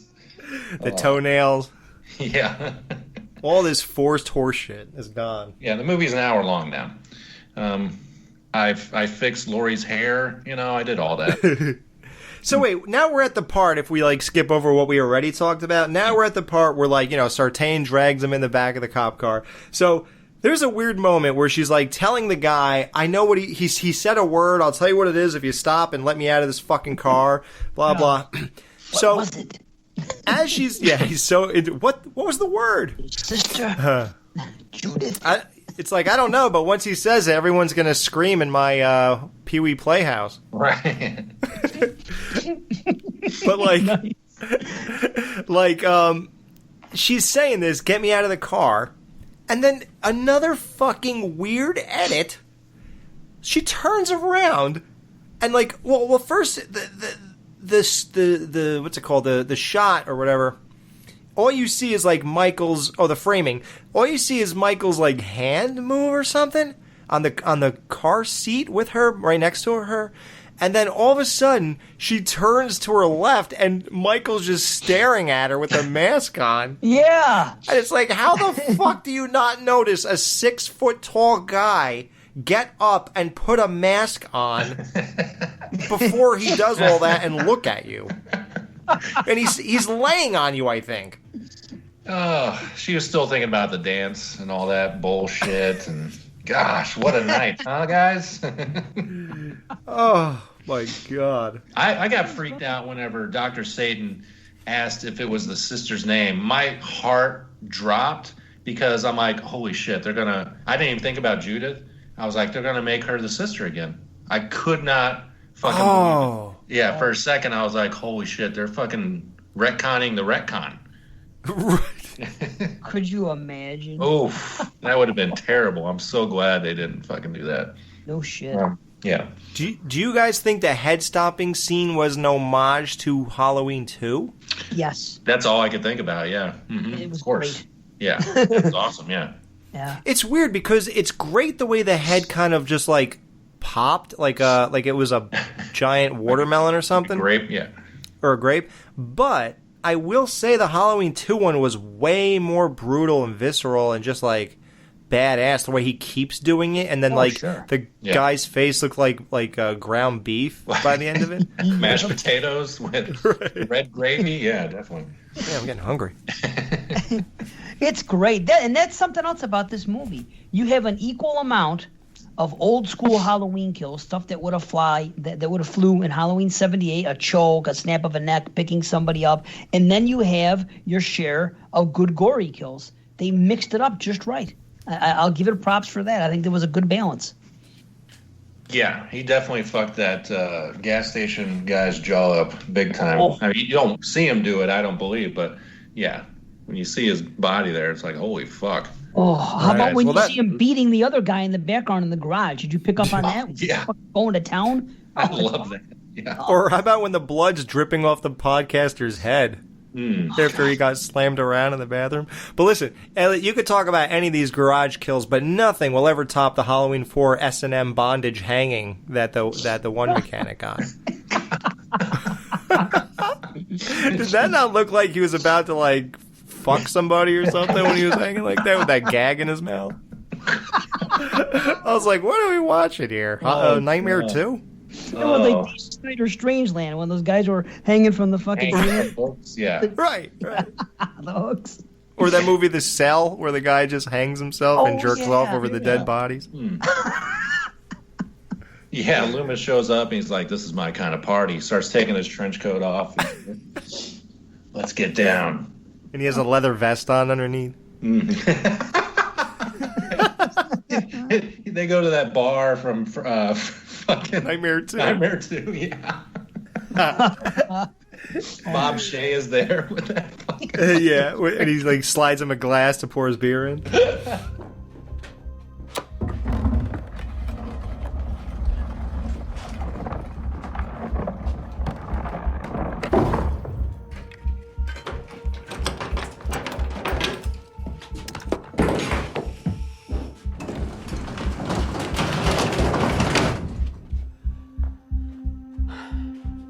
All right, pick your poison. I like a revolver. They never jam. This is accuracy and stopping power.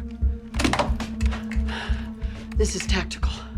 He waited for this night. He's waited for me. I've waited for him.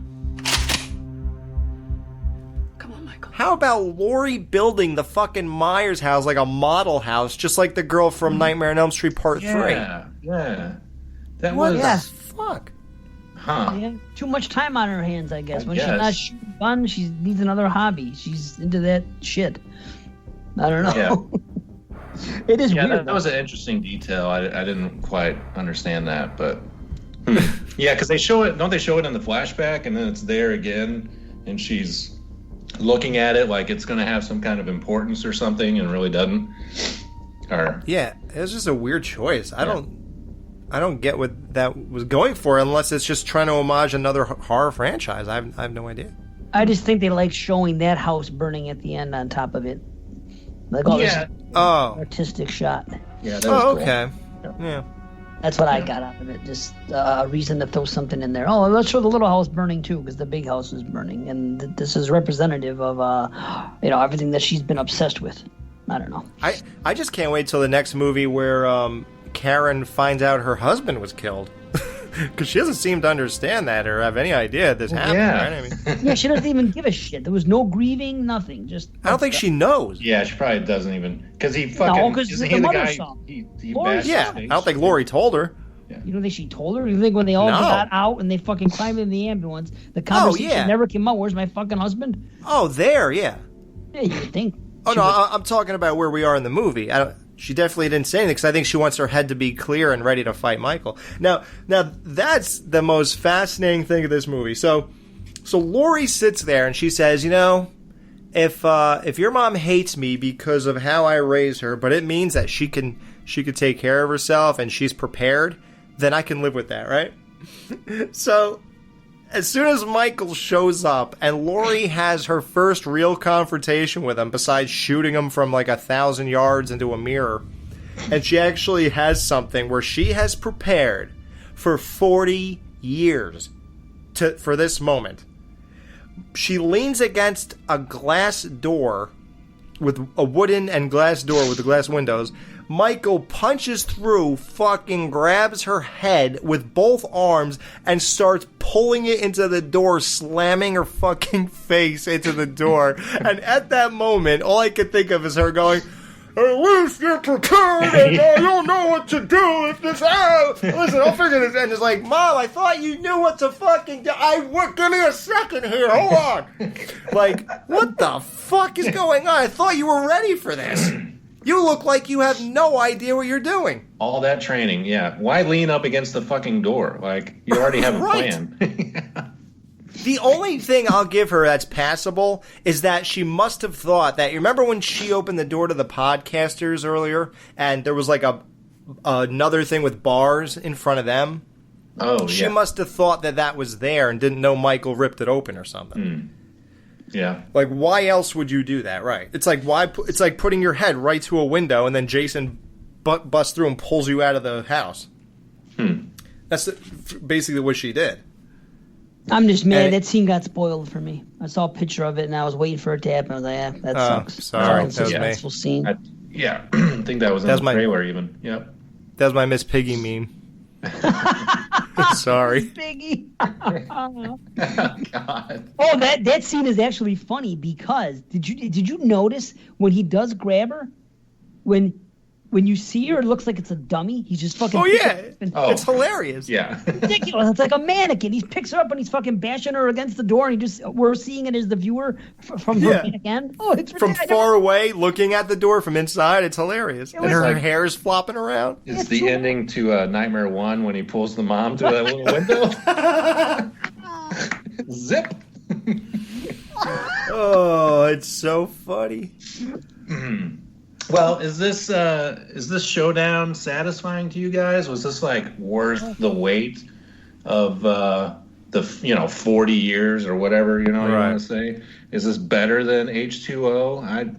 There's elements of it I really, It's my least favorite part of the whole movie. Yeah. As a matter of fact, Laurie walking through the house with a gun, looking in. Oh, that is the worst. It is almost as bad as fucking Michael in Rob Zombie's Halloween, touching the fucking holes in the wall. Oh God! Wow. Yeah, you're right. Wow.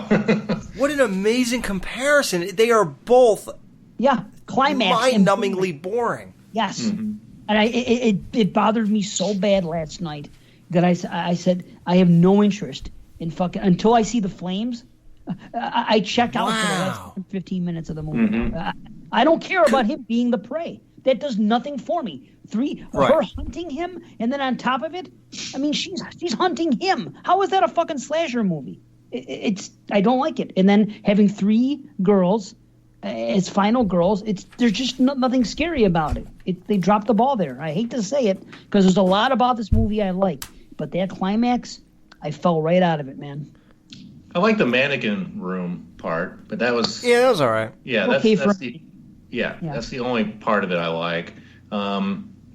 I get what I guess they're trying to go for is like, here's 3 generations of women and they've all been tortured by this one guy. Now I guess all their lives were ruined because of one guy in a way. Yeah, exactly. But yeah, I don't know. Oh, lame ass showdown, man. Yeah. And she has this like Home Alone house going on, and it's like, well, what did we really get out of that? She went under the floor and just shot up like he's the fucking Terminator in an elevator, and you're just shooting up at the ceiling trying to get him, and of course you never do. And then he just stalks around and then just realizes that thing turns and then starts, I guess the suspense is that, oh, he knows the island moves, so now we're, shit's going to go down. But yeah, the whole thing, it just doesn't play. And the only thing that works in this whole moment, I guess, is when Michael throws Laurie out the window and she lands on the grass like he did in part 1. Right. And then when Allison randomly comes home an hour later, Michael hears and looks behind him. Then when he looks back, she's gone, and John Carpenter hit the music cue there and stuff like that. That was cool. But man, as far as showdown, it just felt like I've seen this before. Like, it's not fresh and original, and it's not what I've been dying for or waiting for. And I can't believe that, again, I keep saying it, this is this big comeback, and we're wiping out everything, and now we're giving you the real shit, and that's it? Mm-hmm. Like, come on, man. Have you seen a good movie before? Can't you, take a few elements from other things and put it all into one big blender and make it amazing in this movie? Instead, it just felt like, I don't know, like uncreative, bare bones imagination. I just don't like the warrior Laurie, and this is an extension of that, ultimately. It worked in H2O, though, right? How come? Because she had to make the transition there. Here, she was right. She was Always a badass from the beginning. Right. There, yeah, she had to fucking pull up her britches and then finally say, "Okay, I'm going to end this." She's like, Michael! Yeah. She breaks the thing. Yeah. Right. There was a transition there. Here, she was obviously set up to fucking destroy him or whatever. So yeah. Well, are they going to do a Halloween 5 in the next one and just show him crawling out from some hole in the basement or something? Like, how are they going to do this? I thought he hid in the gun rack. It's a gun rack. Delaware. We're in Delaware. Delaware. Yeah. I thought he was going to, because remember she, did something where that opened up? Mm-hmm. So I figured he went in there and closed it somehow. Every time I watch that scene, I'm looking around all the corners. Right. I'm like, is there a door? Is there anything? Right. So I'm pissed off about it, and I'll tell you that my biggest complaint is this. She spent 40 years, okay? There is no fucking way she is going to leave that house until she sees that body burnt to a crisp. There's no fucking way, especially based on the injuries she had. It is not something that she can wait. She would... Think about this. She's been obsessed about this for fucking 40 years. She spent all of her money. She did this, that, the other. If that were you... She burned her house down. Matter of fact, right, I wouldn't even burn them. I would have done something where I need to see the body. When he gets down there and he's trapped, why didn't she just just shoot him in the head with her shotgun? Start shooting him, yeah, exactly. Right. Imprison him in the cells so he can't get out, and then start blasting him or gas him. Anything but fucking that. And if you are going to burn, make sure you have enough time to sit there and see the burned body burned to a crisp. There's no way someone that's been through that and that spent all that time would even consider leaving under any circumstance. It just doesn't make any sense. It's a piss poor thing to do, I think. I'm sorry. No, I agree. Yeah, because I mean, even I saw it opening night, and even then I'm like, well, he's gonna get out or something, and how are they going to explain this? And yeah, you're right. Why would she leave? Yeah, that makes no. She should camp outside, smoke a pack of cigarettes or something, and just wait until it fucking burns down to fucking the foundation, and then go and look at his fucking body. So, yeah, I guess they drive off? They're in some pickup or something? I don't know. Yeah, it's one of those drive-off shots at the end of a movie where everyone's have that, distressed look.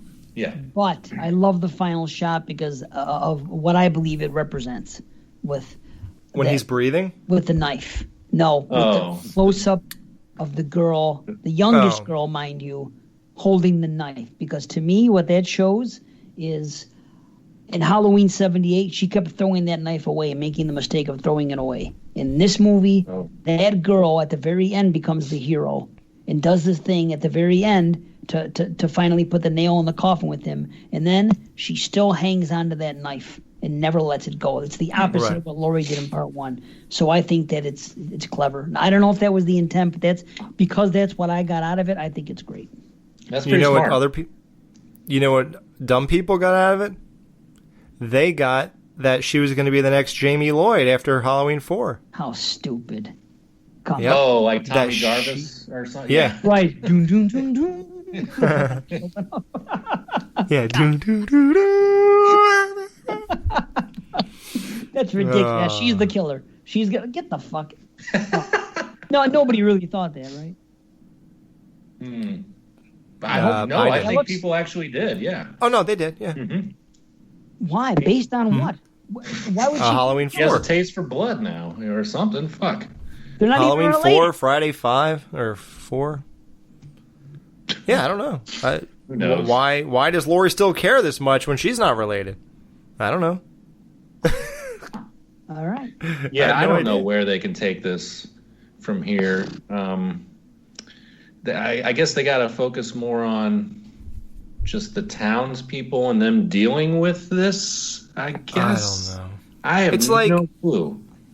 You got to kill off one of these three because, like, are they all just going to run around all three movies, all killing Michael together? Like, I think you get Jamie Lee Curtis out of there. I think. I wonder if she signed on for all three of them. That's what we got to find out. But no, we shouldn't find out because we want to be surprised if she does survive the next one. I don't want to see her leave because then look at the actors, that we're kind of left with, and it's like, well, that does deflate the movie quite a bit, but oh yeah, but at the same time, it's like, yeah, some of these people should go. It's like the Scream franchise. It's like, why aren't you killing any of these people? Just kill Sidney. Fuck it. Like, Jesus. Kill Officer Doofy or whatever. God damn. Yeah. There are girls, like final girls, that we just completely fall in love with, and they just have something about them that is so charming or whatever it is, or they're just so hot that we can't resist them or whatever. This girl has none of that. She doesn't even, like, excite me accidentally. Right. And, I don't even know if I'd watch a movie with her as the lead. That's like, I don't exactly. Yeah, I don't know. I don't think I'd really watch it. Well, man, maybe that's why they're stacking it with so many new characters that have already been in the lore of the Halloween franchise. Right. Because they know that if you had the smallest role in Halloween 1, now you're like a major character. What's the one we did? Lonnie Lamb. Yeah. Is gonna be like the second. Wait, whose Mrs. dad is he now? Blankenship's gonna show up. Right. Yeah, what's his name? The character from The Fog that ended up dead. I'd rather go out with Ben Tramer. Ben Tramer's gonna be Dick in Baxter. Dick Dick Baxter's going to be in it. Yes, I didn't mean to say Ben Tramer. Yeah, Dick Baxter was a character's name in The Fog, and there you go. And I go, so that's what became of him. Because I just said that because we just reviewed it on Exploding Heads, and I was like, oh, look at that, because it was a follow up to Halloween. I'm like, oh yeah, Dick Baxter, that's funny. So there you go. Maybe he'll even come back for this movie. Anybody, anyone think? Anybody from a Carpenter movie, you're welcome to be in this cast. Tom Atkins, get him in there. Did you ever see my meme of where it says who would be the best boyfriend possibility for Laurie? And I have like 3 boxes with all pictures of the people, and one it says Dick Baxter, and it's just like a silhouette with a question mark over it. And the other one is Jimmy from the hospital, and then the third one is Ben Tramer, and it's the burnt crusted guy. Nice. It's great. With the charred gums. Even the gums are charred. Amazing. That's awesome. Who else is in Halloween 78 that could come back? Trying to think of the smallest part, you know? Who plays such a small part in Halloween? Nurse Chambers. Yeah. Wow. She is coming back, isn't she? Or no? I think I talked to her about it. I forgot what she said. Really? Yeah. Well, I did say to her, I said, listen, now that H2O didn't exist, you can come back, you know. And she's like, oh, yeah, I guess. Well, if they want me. She's like, I quit smoking, so. Yeah, I have no more use for these movies. Yeah. Is there anybody else? I mean, what's his name? Who ended up being the heel in part 6? The what's his name? The other doctor. Doyle. Yeah. Yeah. Wen or something. Yeah, Dr. Wen can come back in a different role. Yep. The graveyard guy. Thorne is coming back. They're gonna do something. Yeah, Thorne. He's still alive. Talking about Charlie Bowens. Yeah, Charlie Bowl. He's gonna finish the story. We're gonna Oh, that'd be great. Finish the story, please. God. You're like 150. Fucking guy. He's like, how come everybody cuts me off when I get to this part? Yeah. Could you imagine if he tried to tell a story again and he got cut off again? How pissed we would all be. We'd be on the edge of our seats. Yeah. Right. Oh my God. Okay. Well, I don't know. How do we end this? Do we rate this awards, stuff, right? or yeah. I forget what those are even called. Awards and ratings. Yeah, we got the banana split, and we got the banana we want to peel, and then we got our rating.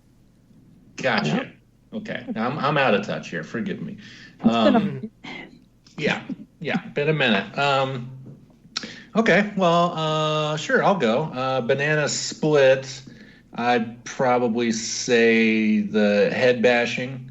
One banana I want to peel. I guess I'd go with that chick at the dance who doesn't even have a line. Nice. Oh shit! And then what do we do? I got a 10. Well, out of 5 on this show. No, we're always. We do it out of 5. Okay. Oh, beautiful. Yeah. Good. Okay, good.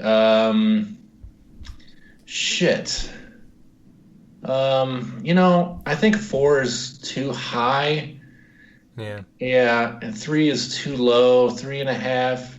I'll say like 3.75 because I think it's got a lot of great stuff in here that can trump almost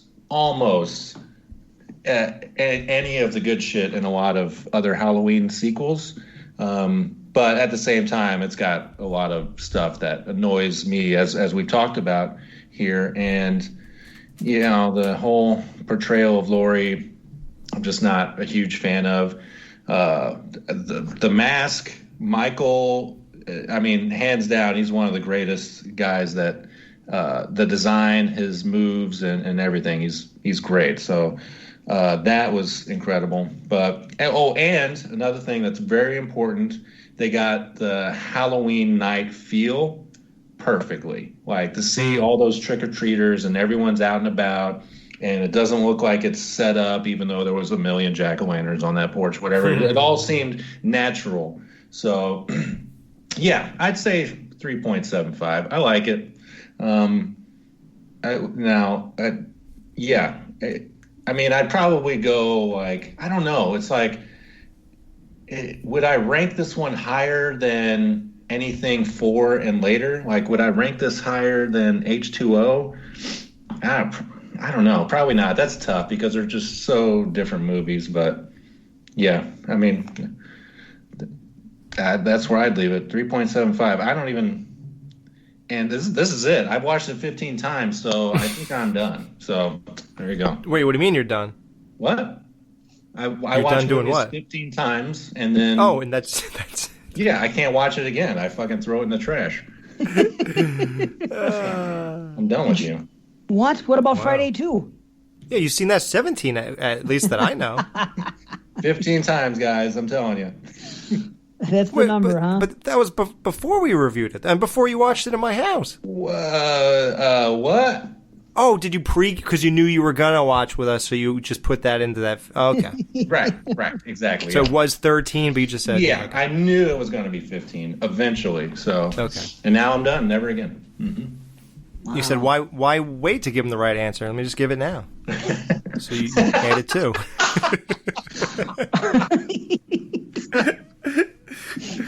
Oh, shit. Yeah, you're right. You guys got my number. I guess I'll go because Dave, his will be the one I'm really curious about because I think he's fluctuated with this. So, Banana Split, yeah, Head Stomper. I loved that in Rob Zombie's, along with which is weird. My other favorite one in Rob Zombie Part 2 was the stripper kill. So we kind of got that with the podcaster in the bathroom when he kept bashing him all over the place. That was just brutal. So, and the chick, the same one Matt picked, the one from the dance, easily. I mean, I was way more into her than I should be at 41 years old. Why do I feel like I'm still like 23 and I can say whatever I want? Yeah. Join the club. That's weird. Right. Look in the mirror when you talk. Wait, so you're older than Dave? Yeah, he's 40. It's official and now. Right. Yep. Yeah, I'm 41 now. Yeah. Son of a bitch. Okay. He's 40 years old. He's a pretty simple guy. Pretty simple guy. I'm way too complicated, and I'm 41. So you got those two. So yeah. Now I've gone through a journey with this movie, which is good. I guess it evokes a lot of thought and emotion. So that's a good thing. Just what it's doing. Like, I'm sorry. Look, when I know I sounded like people were like, "Man, this dude was on fire tonight." Like, holy shit. But you got to take into consideration when someone's doing a project like they're doing here, and they're wiping shit out. Wiping the slate clean, and they have the right idea. They're gonna fix everything and do it the right way, like it should have been, and whatever. You expect something grandiose. I mean, at least I do. I feel like you must have really thought this out. This fucking script's gonna be tight as a drum. Everything will make sense. It'll be everything we want. I think the only thing they really gave us that is everything we want is visuals and homages. Like, peppering out all these little hints of the other movies with names, Mr. Elrod, and this and that, and the walkthrough scene, and the kids Halloween 3, and the Boombox Boy, and all this bullshit. Like, and that was all great. I'm not complaining about it, but I think that's where they focus on giving us all we want, as opposed to giving us a fucking great backstory for Laurie. Why is she really here? And how did these murders of her friends affect her? And all this stuff, and the psychological thing of it. Not just that she became some fucking Sarah Connor thing. Like, you could have a Sarah Connor moment like you did in H2O where you just said, enough's enough, I'm tired of running, and now I'm going to, that was amazing. That's exactly what you were supposed to do. But if you're not going to do it here, do something a little more intriguing and interesting than just kind of hanging out there the whole time and just getting good at shooting things and paranoia and fixing your house up with like doors that come down so that once I search this room, well, let me close it so he can't go hide in here when I go to another one, because that's important. Like, who gives a fuck? Maybe that's important in real life, but I'm watching a movie here. You got to give me something else. Like, I don't want to see that though. And it's like there's just some weird beats and things they hit, and the horrible lack of good writing between the big scenes is atrocious, and the casting was mostly terrible. And God, the music was amazing. John Carpenter fucking killed it on that soundtrack. I play it all the time. But like I said, the visuals, you made sure you got the mask right, and you made sure the guy had the body of Nick Castle, and he walked sort of like Nick and Dick at the same time. So he had a little bit of stiffness to him. And you expect some epic fucking grand finale and things like that. And if you're going to hit him like Ben Tramer, then at least do it better than they did. Don't do it worse. Like, what was that? There's just some things, and if you're going to have this great scene of the light going on and off because the sensor, at least can you not pepper it or bog it down with stupid ass monologue from that fat kid? I think it was the worst talking I've ever heard, besides what I'm doing right now. And it's like, I just don't get it. So, and then you have this big epic finale. You fucking murdered it in Halloween 1, Halloween 2, Halloween 3 was a big ending. Halloween 4 was a big ending. Especially with the fucking topper with Jamie Lloyd. Like, H2O was fucking spectacular with the chopping the head off and this great battle with him and Laurie, and then she's hiding in the closet and hits him and runs again. Like, all this great shit that you have done time after time, and then we finally get to your movie, who's supposed to be better than everyone else, and all you do is lock him in a basement and burn your house down, and it doesn't even work? And then you build yourself up as some great fighter, and you're totally fucking prepared for this guy, and he doesn't scare you one bit. You're begging for him to escape so you can kill him. And he fucking destroys you on every single time you guys get together. He smashes your head against the door 50 fucking times till you finally got the gun over there and blew his hand off. He fucking threw you out of the house from the top of the fucking attic window. And then, in the kitchen, he clobbered you again until you finally got a fucking frying pan and you knocked him in the head with a frying pan? What is he, your abusive husband? I just don't know. I just don't understand. Like, if you've been planning and plotting this and this is the one, but again, it's still a good movie. It's a good horror movie, and it's a fine entry. I just think that you just aren't good enough for what you were doing. So I give this also like a 3.5 out of 5. That's all I can get, because 4 on Netflix means I really like it, and 5 means I loved it. So I just like it to really like it. 3.5. Right on. Mm-hmm. Okay. Mm-hmm. Well, I'll go a little bit different, even though I could just as easily say that Banana I Want to Peel is going to be the random girl at dance. There's a lot to choose from. You got them of all ages here. You got a grandma, you got the podcast girl, you got the daughter, you got the granddaughter, you got the granddaughter's friend, the girl at the dance. You got a lot of females here. But right. I'll go with Vicky. You know a little bit more about her, and she's pretty solid. So I'll go with Blonde Vicky as the Banana I Want to Peel. And I have to agree on the head stomp. That one I can't stray from. It is the best kill. I noticed that after it happens, when that foot comes down, you see it. It almost looks like there's pumpkin seeds in the blood. I don't know if they did it on purpose. It was a little thing, but it looks like there's seeds in there. I don't know. But it's a cool freaking smash.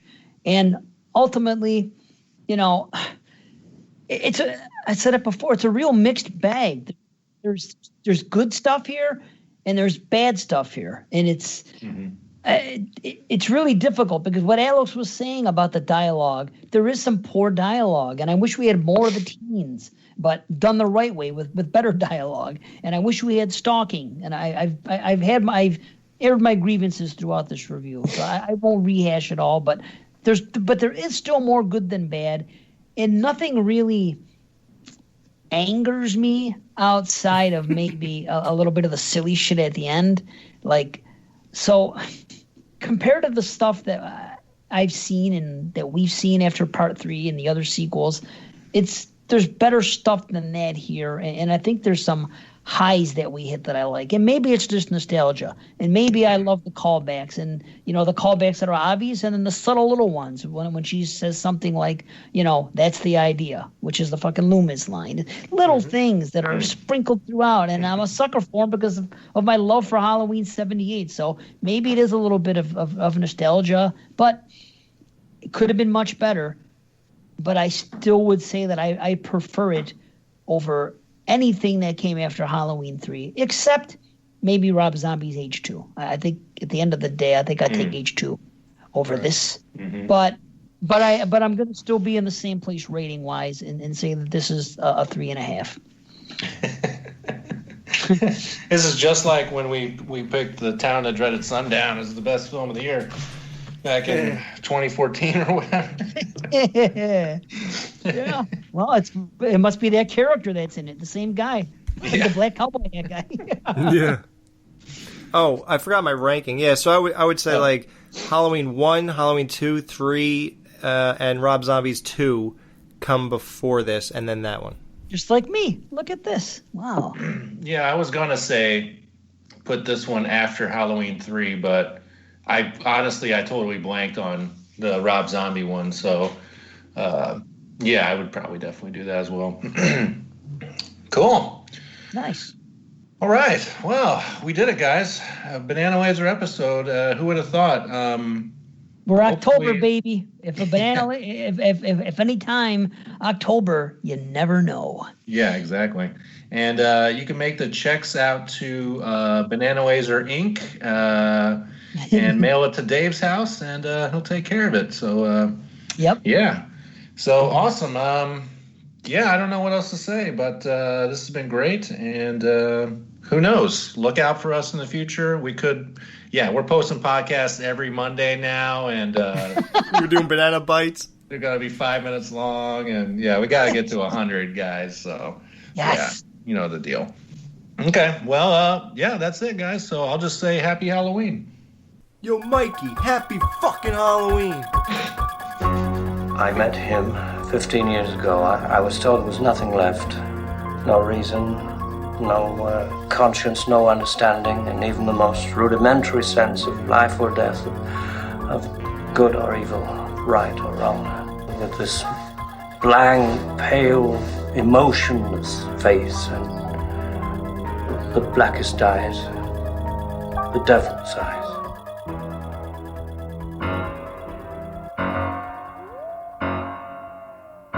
Michael? BananaLaser? Don't go to Haddonfield. BananaLaser? God damn you. Hello, BananaLaser.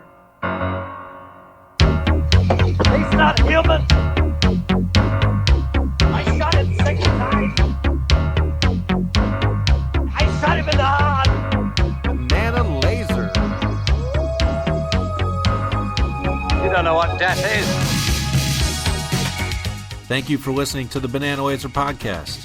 Please be sure to check out horrorphilia.com for a full archive of all of our previous episodes, as well as other great podcasts, like The Skeleton Crew, My Bloody Podcast, and many more.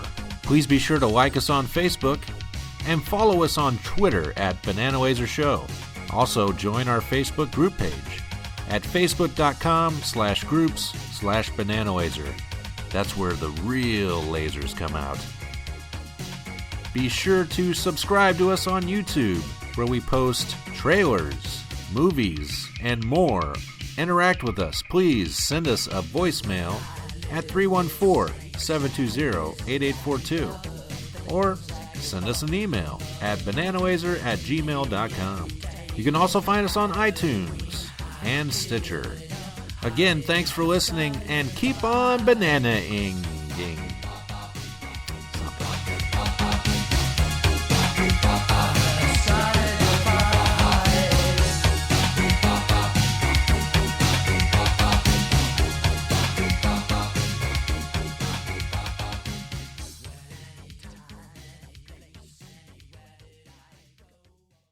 Happy Halloween, everybody! BananaLaser wins every time.